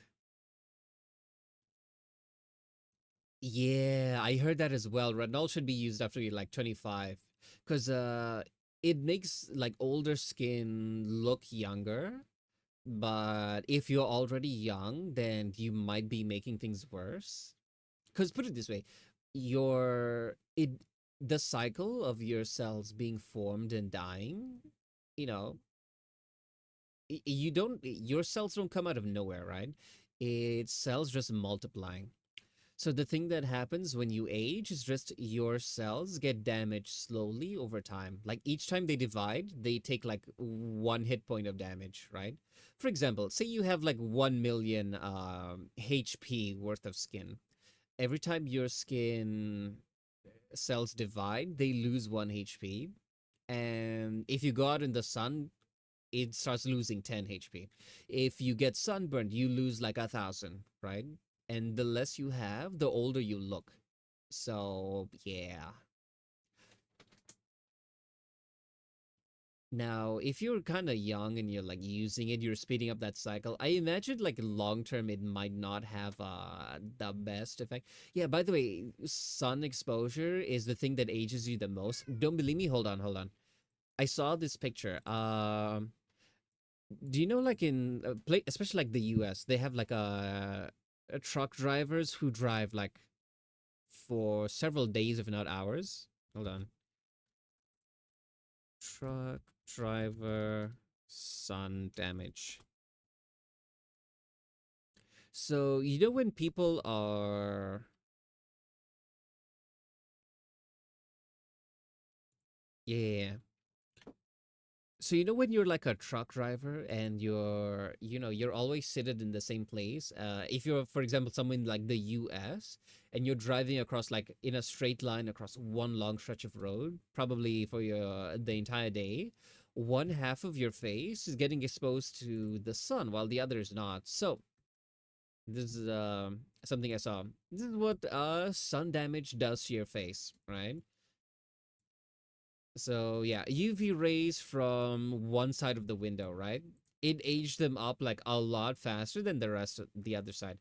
Like normally you'll only see like one half and be like, okay, that's an older person, or wow, this person looks young for their age. Because most people get like a very even thing. You don't notice it.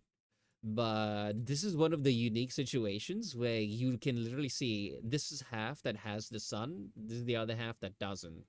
So wear sunblock, guys. SPF 50, and always make sure you cover everything. Every inch of exposed skin, not just your face. Skin cancer is no joke. It's what took out my grandpa, right? He was the kind who would walk around in the tropics, right? And day in, day out, walking under the hot sun. So, yeah, when he was old, he was fighting it every single day, right? Because he'd have to get it surgically removed, and then like maybe a couple years later, even some cases a few months, it comes back somewhere else because like the whole skin is just like cooked, literally. So yeah.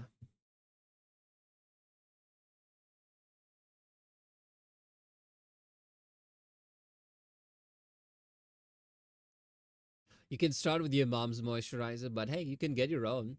Just if you're someone who always goes out and like it, especially if you're in a sunny place, right?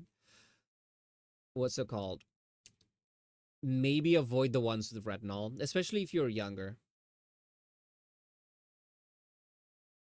And whether you use retinol or not, sunblock super important. I went out at 7 p.m. It's summer here, so the sun is still out. Uh, what's it called? The sun was still out, but I looked at the UV index and it's like oh, it's a UV level of 1. So I'm like, I'm still wearing sunblock. It was cloudy, it was 7 p.m. I still put on a little bit. Not as much as I normally do, but yeah. I have Korean skincare shipped to Poland. It's sorcery. Ooh, yeah, they're in Korean culture, beauty standards are really, really high. So a lot of the skincare products tend to be high quality if you get like the right brands. So yeah, I'll take your word for it. I usually just buy what I can find locally, and so long as it checks all of the boxes.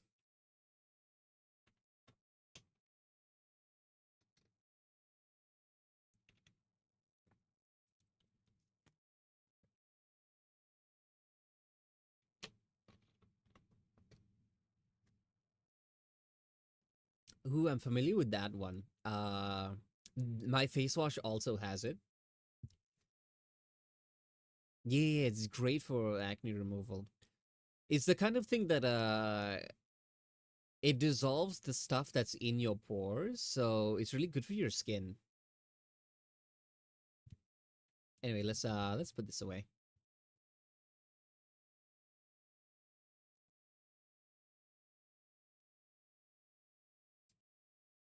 Yeah, but I'm not too into skincare. I just do the basics. You know, face wash, cleanser, that kind of stuff. Something to clean your face, get rid of the dirt, bacteria, oil, etc. After that, moisturizer. Keep things hydrated and fresh, right? And then after that, if I'm going out, sunblock. So yeah. The thing about sunblock is at the end of the day, you do have to like do the whole skincare routine again because I don't think face wash, sorry, not face wash, sunblock, if you keep it on, I think it can clog like your pores and make things worse. So yeah, usually if I go out and I have the sunblock on, I always make an effort of what's it called? Like afterwards I come back home, maybe not immediately, but definitely before bed. I always wash my face, get rid of the sunblock, everything else, any dirt I picked up from outside, moisturize again, and then yeah, freshest cat out there.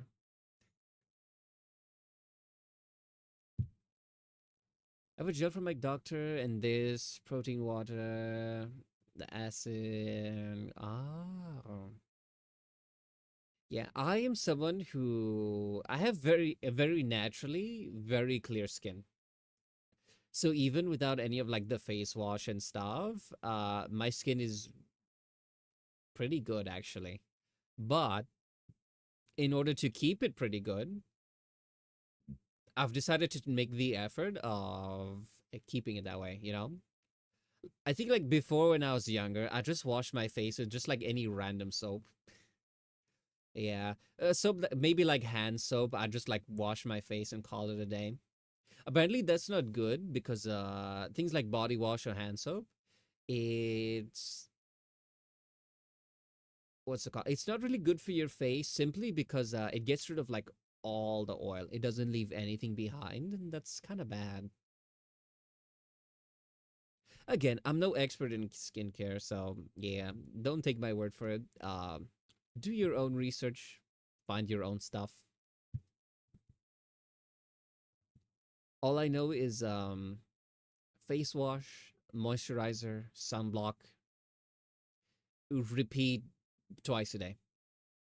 Sunblock optional only if you're going out. There are days where I just like don't leave my house, and yeah, I don't use sunblock then.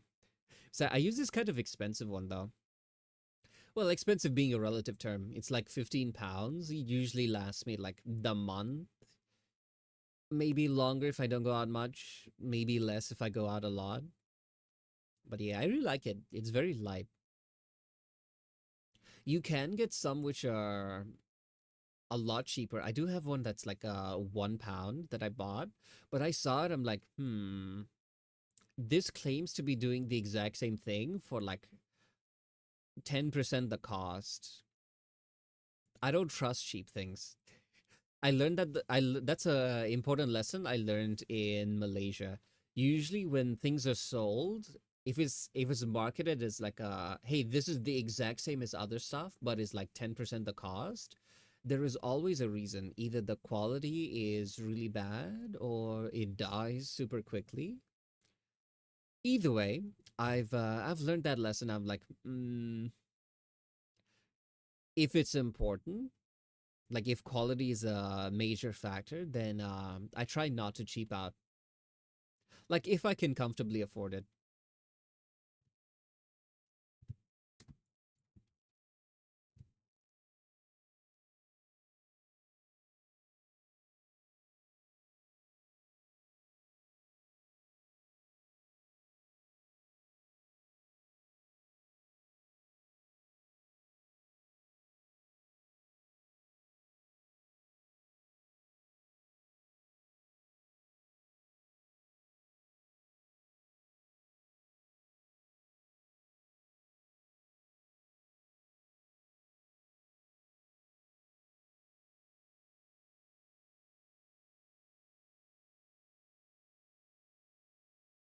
Hmm.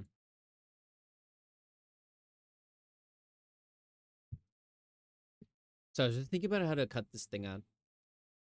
Combining Weirdco with Lolita fashion right now for the model. Oh right, when someone mentioned Lolita fashion, I started talking about I was like, oh, on Instagram, something I'm really getting into is shops that sell like very wacky clothing. And I saw that, I'm like, I could yoink this outfit for models. Okay, let me see if I can find what one that I was looking for.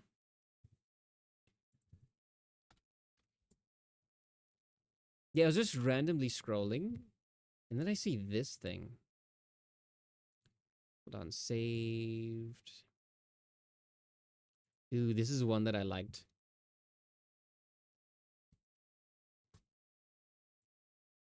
It's a bit blurry because I'm screenshotting a video, but this is the one. Something like this. I like the cape and the dress. Let me see if I can get a better one.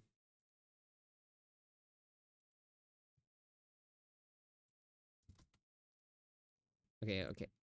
Let me be faster with the screenshots.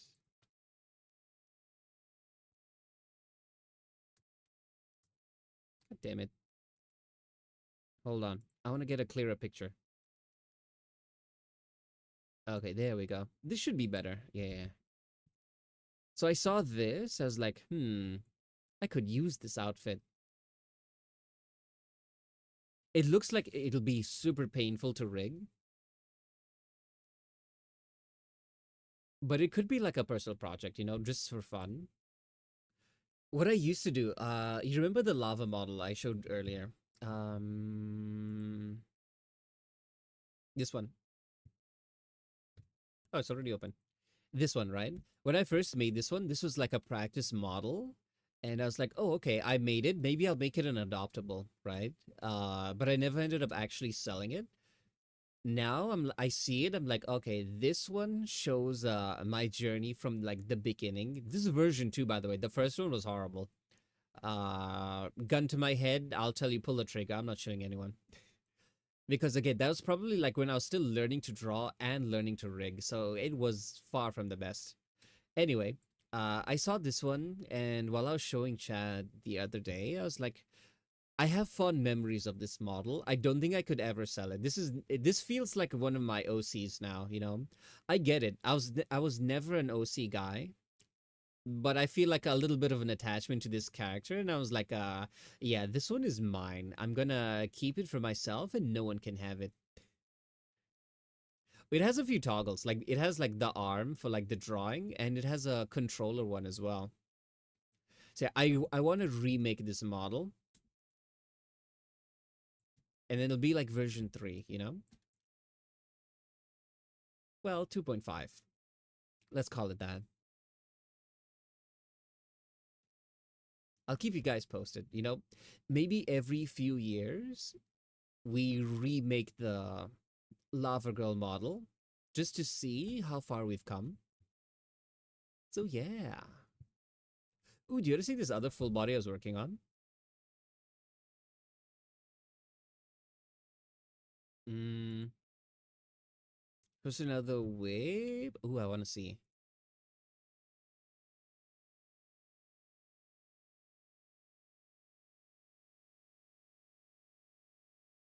Ooh, I like it.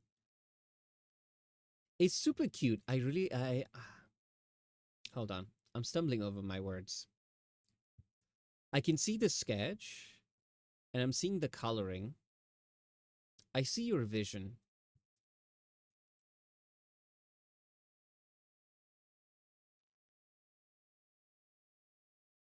Do you plan on chopping off the head and just having the stump remain? Out of curiosity, if you don't mind me asking. Yes? Okay, perfect. Because I could see it. I'm like, no head? Yeah. Okay. No further input. Because I saw that. I'm like, this looks like a little funny thing, but if you have no intention of chopping off the head, then I was like, ooh, it might make rigging harder. But if the head is intended to come off, you're on the right track. All good.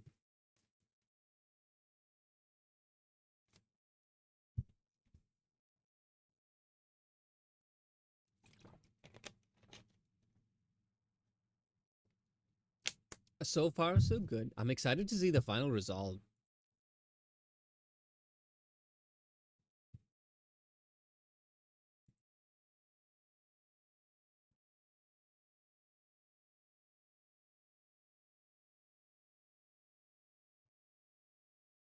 Ooh, I'm seeing the husky, the dogs, all. I see, one of my favorite channels is the pet one.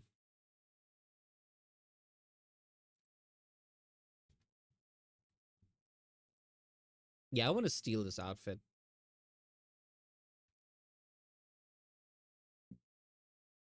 Maybe if I make my own full body model, it's not a chibi, I'll steal the cape. I really like it. Because I do have a... Okay, before I made this model, I made a PNG. So this is my PNG long before I ever made this little teacup model. So originally it did have a cape, but you'll notice this teacup model doesn't have it. The only reason is it was hard and I was lazy.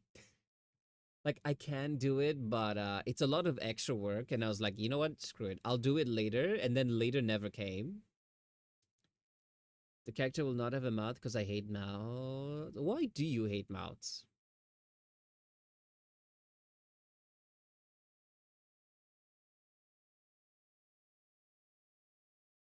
Is it like tough to rig?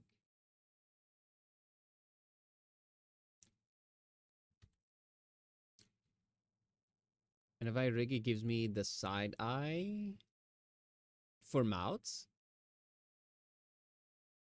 You know what?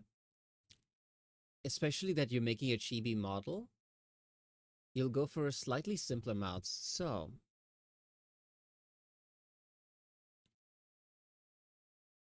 you know what? If you want, I can show you like how, what's it called? I can show you how to like cut up the mouth so you can rig it very, very easily.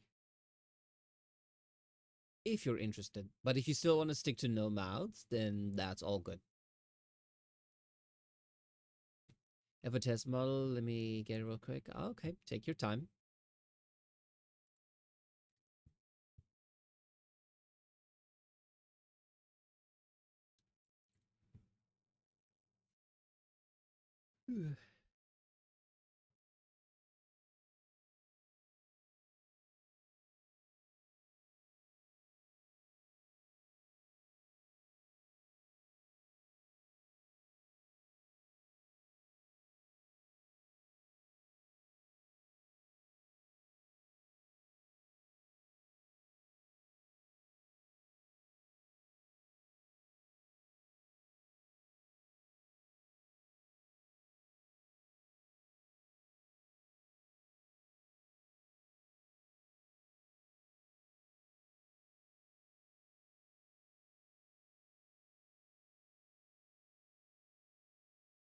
No mouths, it'll look bad. Plus, it is my character design on my web. There's a reference. Oh, okay, okay.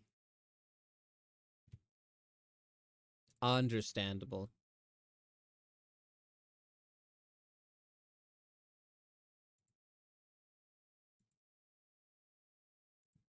Yeah, I'm taking a look now. Oh no, wait, sorry. I thought you had sent something new. Yeah, I see the one on the side. That one, honestly, perfect. You don't have to follow like the norms of what other people do. That's the beautiful thing about making a model. And truth be told, if your model is slightly different from like the typical anime style model, right?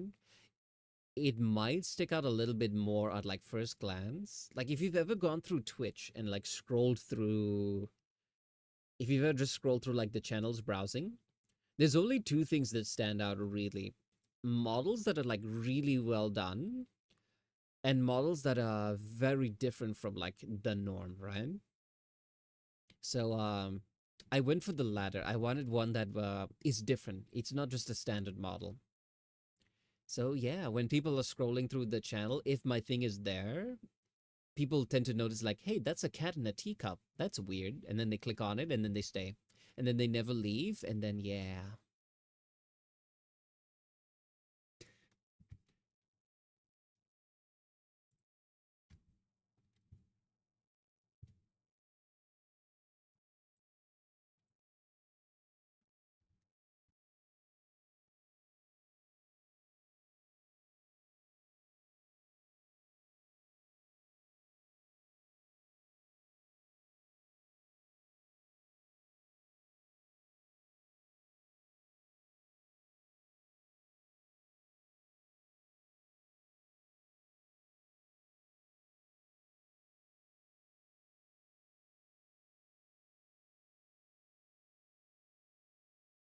Playing tabs right now. Very fun. What's tabs? Never heard of it.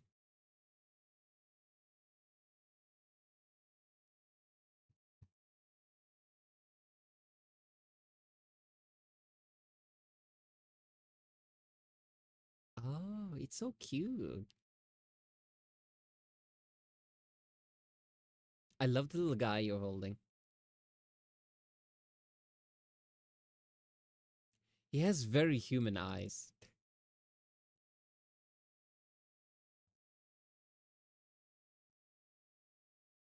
Chinchilla, they're adorable. Totally accurate battle simulator. Really, never heard of it.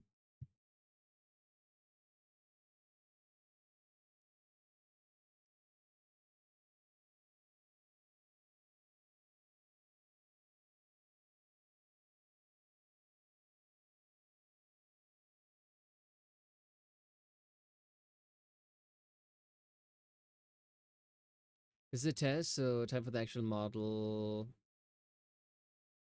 So GB. Ah, okay.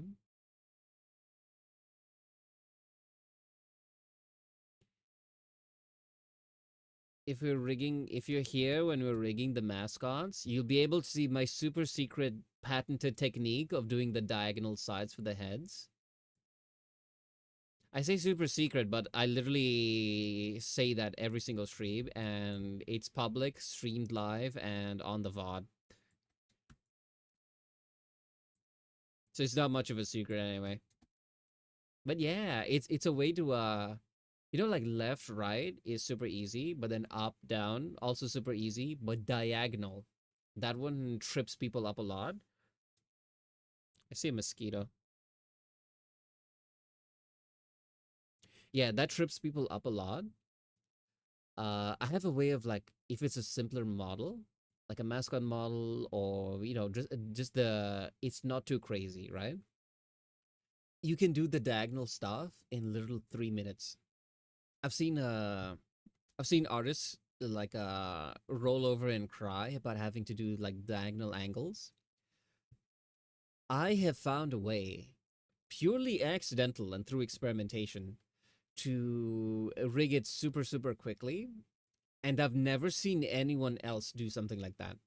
So it maybe may not work on like super high end models that require very intricate movements, but for ones which are simple, like for example, even this one that I'm using right now, it works beautifully.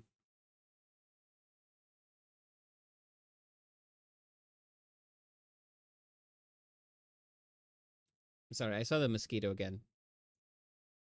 I'm from a country that has a lot of mosquitoes, so as soon as I see one, the desire to kill overtakes me. I'm sorry. Yeah, it was flying in front of my monitor. I nearly just like smacked my hand out to kill it, but I decided it was probably best not to destroy my one monitor that I use for like art. I have two. The second one is a lot smaller, and I don't think I could ever go back to using it. And I'm trying not to waste my money unnecessarily. I considered buying another monitor, but when I got to the store, I'm like, do I actually need one? Then I'm like, nah, because I have a second PC that I use for backing up some stuff. Then I realized, you know what? I don't need a third monitor. It's just when using this computer, I can just unplug the second monitor, plug it in, and then yeah, use it. And then when I'm done, switch back. And that saved me like £30, decent amount of money. Use the laptop, understandable. Yeah, I used to have a very my laptop is very old, like 10 years plus old. It served me well, but hey, it was time to put it aside, and I bought a new PC purely with commission money, which is very nice. I think it took me like a few years of saving up. I wasn't saving up specifically for it. It's just like I do commission, I get money, I put it aside, and I don't think about it. Then when I finally moved for work, I'm like, okay, I might be here for a while. Let me treat myself. Childhood dream unlocked. I decided to get a gaming PC, something I've wanted ever since I was a wee little cat. So yeah, it's nice having adult money. Okay, we have hit the 4 hour mark. My voice is giving out, and I think I can continue this next time. Or maybe I'll even do it off stream.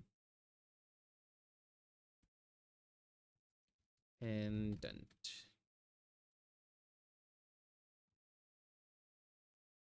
Is it super nice? Wait, what's super nice? I talk about my computer or the art. Sorry, it is late for me as well.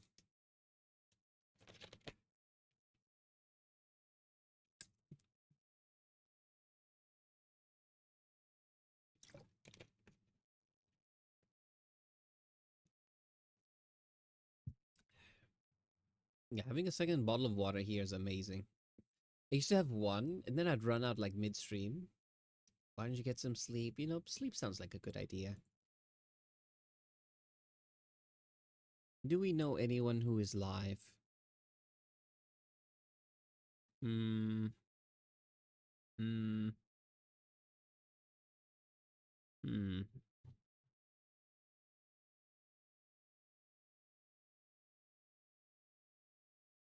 Okay. So, this is where we're gonna call it for today. Thanks everyone for stopping by. Hold on. Thanks everyone for stopping by. You've done quite a bit. Yeah.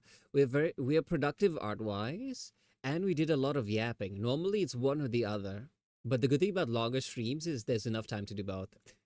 So yeah, a lot of new faces. Thank you all for stopping by. Hope to see you again. So yeah, we're gonna raid in. If you're not following and want to stick around, feel free to do so. Otherwise, you may never see us again. And we will cry and stare at you from a distance in the rain through your window, and you just won't notice us. Or you could follow and join our Discord. So yeah, no pressure if that's not your thing. And yeah, I'll attempt to come back. Yeah, I hope to see you again. So yeah, see you all next time. Um, I don't know what else to say because I'm tired and my brain is shutting down slowly. So yeah, bye bye, guys. Always nice yapping, and see you around. Bye bye.